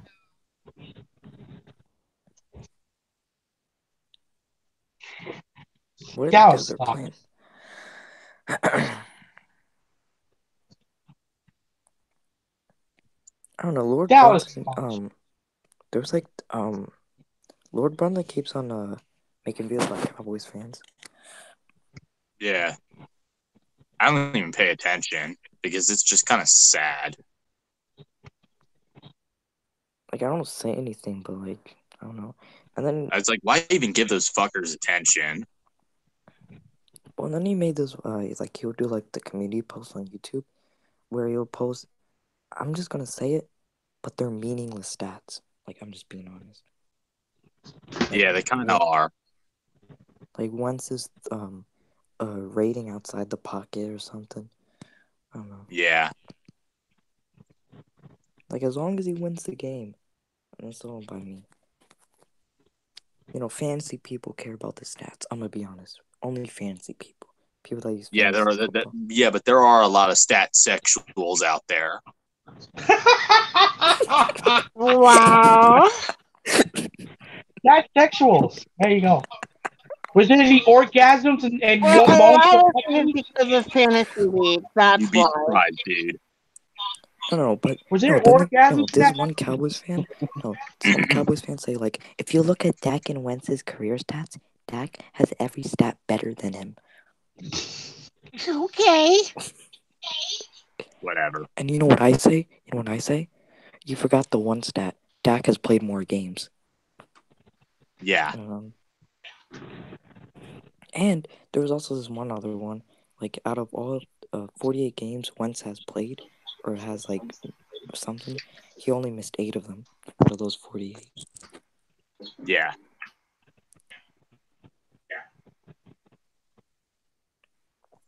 And he only had, like, one major injury, and you're gonna call him injury prone? Like, what kind of sense is that? So Wentz better play the whole year, or people are gonna call him injury prone. That's right. If he gets injured, it's a shut up year for him. If he gets injured this year, yeah, I guess. But even then, it's kind of like, it depends. If he misses just like 1 week, I don't get the dumb motherfuckers who want him gone. No, I don't get it. I would never understand that. That's like that. No, that would you want to? Okay, you have. Let's say you have Ezekiel Elliott. Would you want would you want to get rid of him? No, I keep Wentz. No. You win with quarterbacks, not running back. Same thing with Wentz. That's right. Why would you get rid of a superstar? Doesn't even make any sense. For those people that wanted Carson Wentz to get traded, let me tell you something. You trade Carson Wentz in that dynasty we all want, will disappear forever. You know what I mean? And the Eagles would be like the Sixers, and they'll be tanking for years because we have a sorry ass roster. Could you trade our best player, our franchise quarterback? Look. No, more like the Lakers who botch every fucking tank attempt. No. All the people that want Carson Wentz gone, they're all Nick Foles dick riders. They're like, oh my god, Foles I hate those. Yeah, there's people that definitely go overboard. There's people that go overboard on Nick Foles. There's people that go overboard Nick Foles. I could put Nitro Freak in that Nick Foles, like he loves Nick Foles thing. Oh, he's the fucking captain of that team. But I'm not gonna say anything because I mean he's still an Eagles fan, but those are not Eagles fans. Those are Nick Foles fans. I'm just saying it. Yeah, I see. And there is a difference, a big difference. I still think if they, trading Wentz would be the worst move you could make. And if you don't have a franchise, if we trade Wentz, you know what's gonna happen? No, I'll tell you what's gonna happen. We trade Wentz to, let's say, what team? We trade him to like some AFC team. Guess what? 3 rings. He gets 3 Super Bowls. I'm telling you right now. In that weak ass conference, definitely. And then we're just gonna be sitting here like, oh my god. And then we're gonna be sitting here with old ass Nick Foles, keep on going 6-10. All right, I don't agree with that one. Maybe not that, but we're not gonna win anything. I'm just saying. That's not necessarily true either. Right. Well, if the Eagles were stupid trade Wentz, you might as well fucking tank like the Sixers because it's impossible to get a franchise quarterback. It's sometimes, and if you're really bad, what the hell? You fucking trade Wentz, you might as well fucking tank it. No, all the quarterbacks. Or they'll probably botch that tank like the Lakers do. They're always botching tanks. No, the Eagles will probably win a couple games they shouldn't win. All the quarterbacks that were in the draft are already gone. Watson's gone. Wentz went gone. Goff's gone. Mahomes, all the good franchise quarterbacks are gone. There's no more left. Yeah. And even the upcoming ones are not even that good.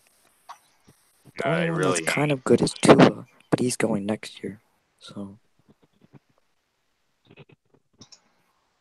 I know one thing I'm sick and tired of is when Carson Wentz got injured, people were criticizing the real fans like us that we didn't believe in them and all this shit. Yeah. But we lost a franchise quarterback. How the hell are you supposed to feel? Yeah, we had every fucking right to feel the way we did. We had every right. Come on now.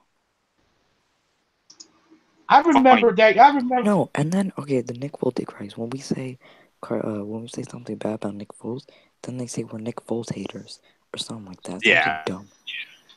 Like, how are we gonna hate on someone that won us our first Super Bowl? That makes no sense. It really doesn't.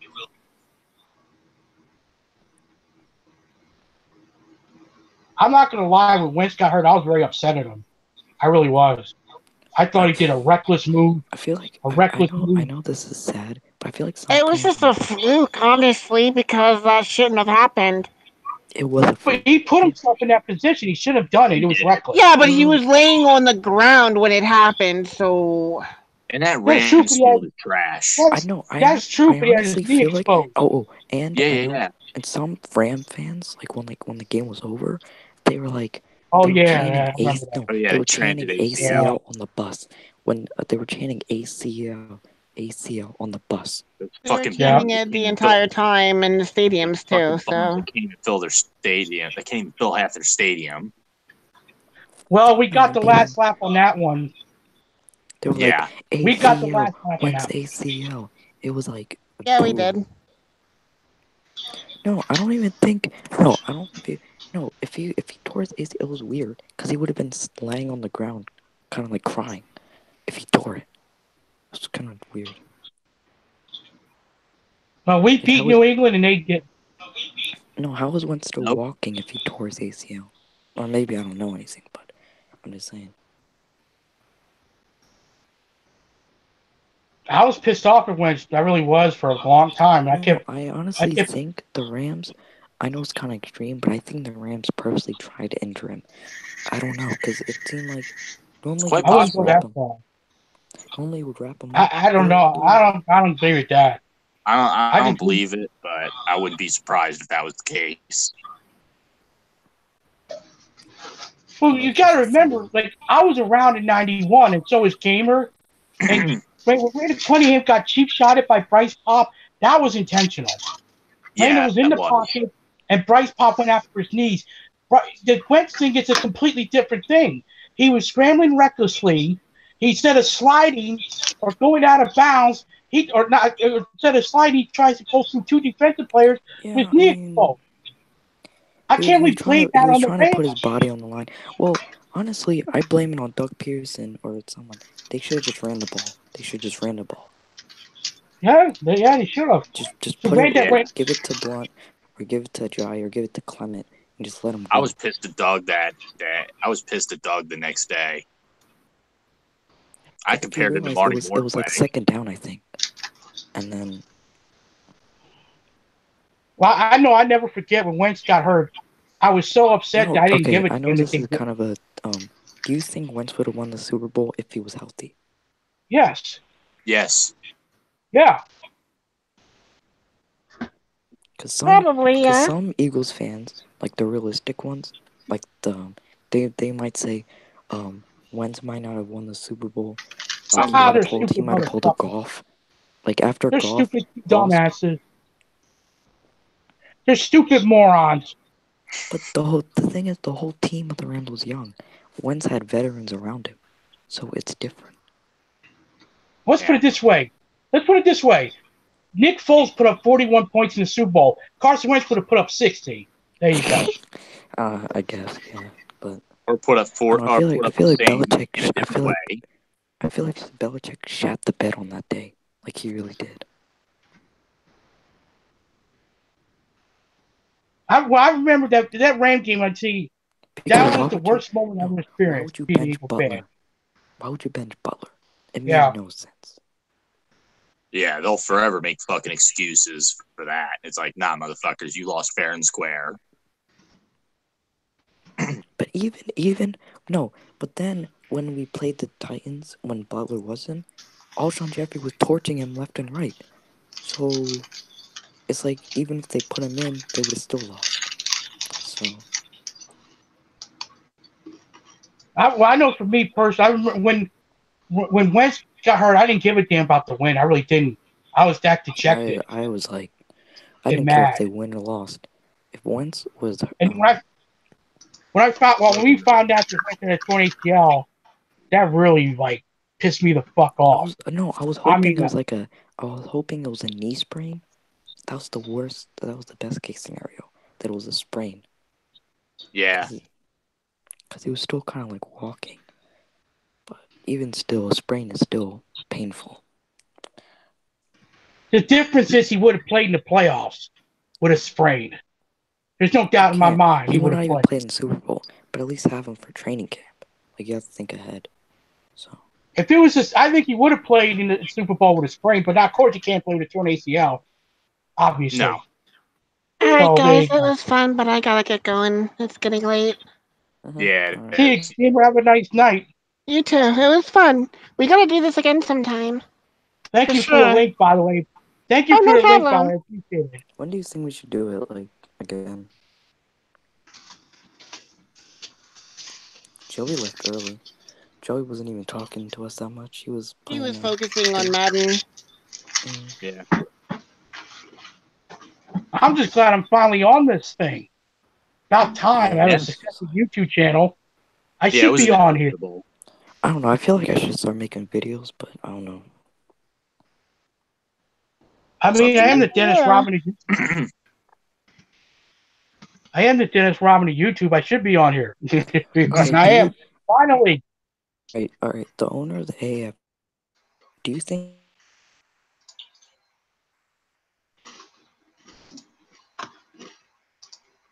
that he just shut down the league like that? It's hard to believe, but that the Eagles won the Super Bowl. I don't know. I was crying when they won. I'm gonna be honest. I was crying when they won. I was crying. I was when they brought the damn trophy up to the podium.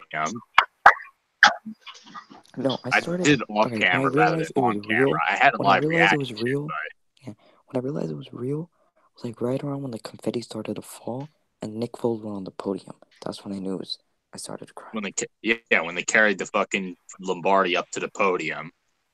And then he had his in his arm. Oh man. No, I'm going to be honest. I didn't cry. I really didn't. And I'm not trying to sound macho, but what I was doing was jumping up and down like a little kid. Well, yeah, because I waited 30. Different. Like I waited. I mean, Nitro Free cried when they won. ADP, I think he did. I don't know. Sorta. He was kind of like. I did off camera. But then a day later, he said it was a fluke. It didn't even make any sense. Like who? Wait, what? He was like the Super Bowl was a fluke when the season started, in 2018. Who said this? I don't know. And honestly, I think ADP says crazy stuff for views. Like, I don't think he actually means it. Same way how. Well, he's a fluke. He's a fluke. He can go to hell. Fuck that motherfucker. Okay, I watched this one video where ADP was like his top 10 porn stars.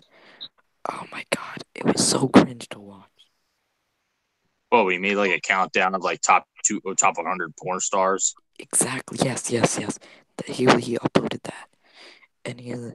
Oh my god, it was like 2013, one of those years. It was. I think it was back in 2013. Yeah, he used to make like weird ass content. Like all he's doing is banging Felipe all day long, watching porn. That's all he's doing. Some men are so insecure about it.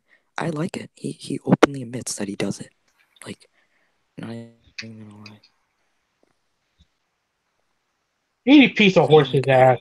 So I don't get the appeal. I really don't. He's a horse's ass. I don't get the appeal I here all the time up until I started dating my current girlfriend. I kind of laid off of it. I just usually did it thinking about her. Well, when you realize it's all fake, hopefully you kind of stop.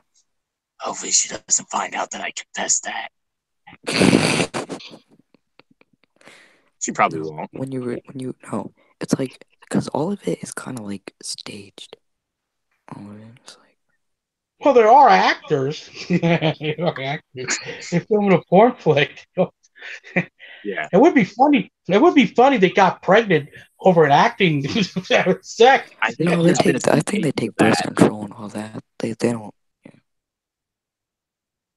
Oh yeah, they're probably birth controlled to the gills.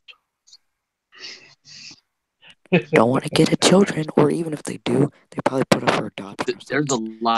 There is a lot of disgusting cases in the porn industry regarding like diseases and possible pregnancies. There's a lot of fucked up. It's not worth it. It's not worth it. It's not at all. No. That's probably why Ava Taylor retired from it. I've been watching porn since '95, so there you go.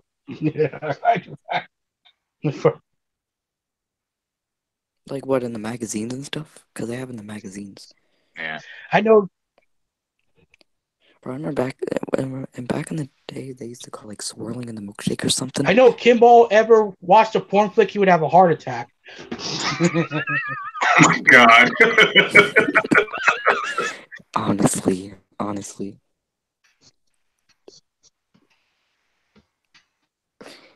He would have a heart attack. I think. I mean, look. He did a video last week of him shirtless and his hair wet.